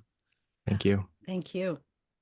All right. Thanks everyone for listening or watching this episode of the Astrology Podcast, and we'll see you again next time. If you appreciate the work I'm doing here on the podcast and you'd like to find a way to support it, then consider becoming a patron through my page on patreon.com.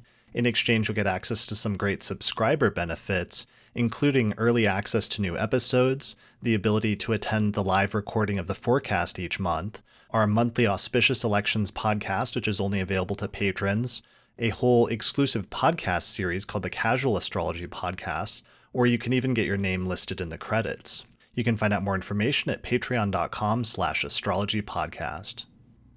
Shout out to our sponsor for this episode, which is the Chani app, the #1 astrology app for self-discovery, mindfulness, and healing. You can download it on the Apple App Store or on Google Play, or for more information, visit app.chani.com. Special thanks to all the patrons that helped to support the production of this episode of the podcast through our page on patreon.com. In particular, shout out to the patrons on our producers tier, including patrons Christy Moe, Ariana Amour, Mandy Ray, Angelique Nambo, Issa Sabah, Jake Otero, Jeannie Marie Kaplan, Melissa Delano, and Sunny Bazbaz. If you're looking for a reliable astrologer to get an astrological consultation with, then we have a new list of astrologers on the podcast website that we recommend for readings. Most of the astrologers specialize in birth chart readings, although some also offer synastry, rectification, electional astrology, horary questions, and more. Find out more information at theastrologypodcast.com/consultations.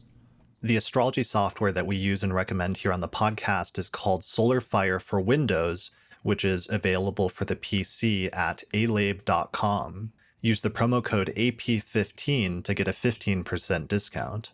For Mac users, we recommend a software program called Astro Gold for Mac OS, which is from the creators of SolarFire for PC, and it includes both modern and traditional techniques. You can find out more information at astrogold.io, and you can use the promo code AstroPodcast15 to get a 15% discount. If you'd like to learn more about my approach to astrology, then I'd recommend checking out my book titled Hellenistic Astrology, The Study of Fate and Fortune, where I go over the history, philosophy, and techniques of ancient astrology, taking people from beginner up through intermediate and advanced techniques for reading birth charts. If you're really looking to expand your studies of astrology, then I would recommend my Hellenistic Astrology course, which is an online course on ancient astrology where I take people through basic concepts up through intermediate and advanced techniques for reading birth charts. There's over 100 hours of video lectures as well as guided readings of ancient texts, and by the time you finish the course, you will have a strong foundation in how to read birth charts as well as make predictions. You can find out more information at courses.theastrologyschool.com. And finally, thanks to our sponsors, including the Mountain Astrologer magazine, which is a quarterly astrology magazine which you can read in print or online at mountainastrologer.com. And the Northwest Astrological Conference, which is happening both in person and online, May 23rd through the 27th, 2024. You can find out more information at norwac.net.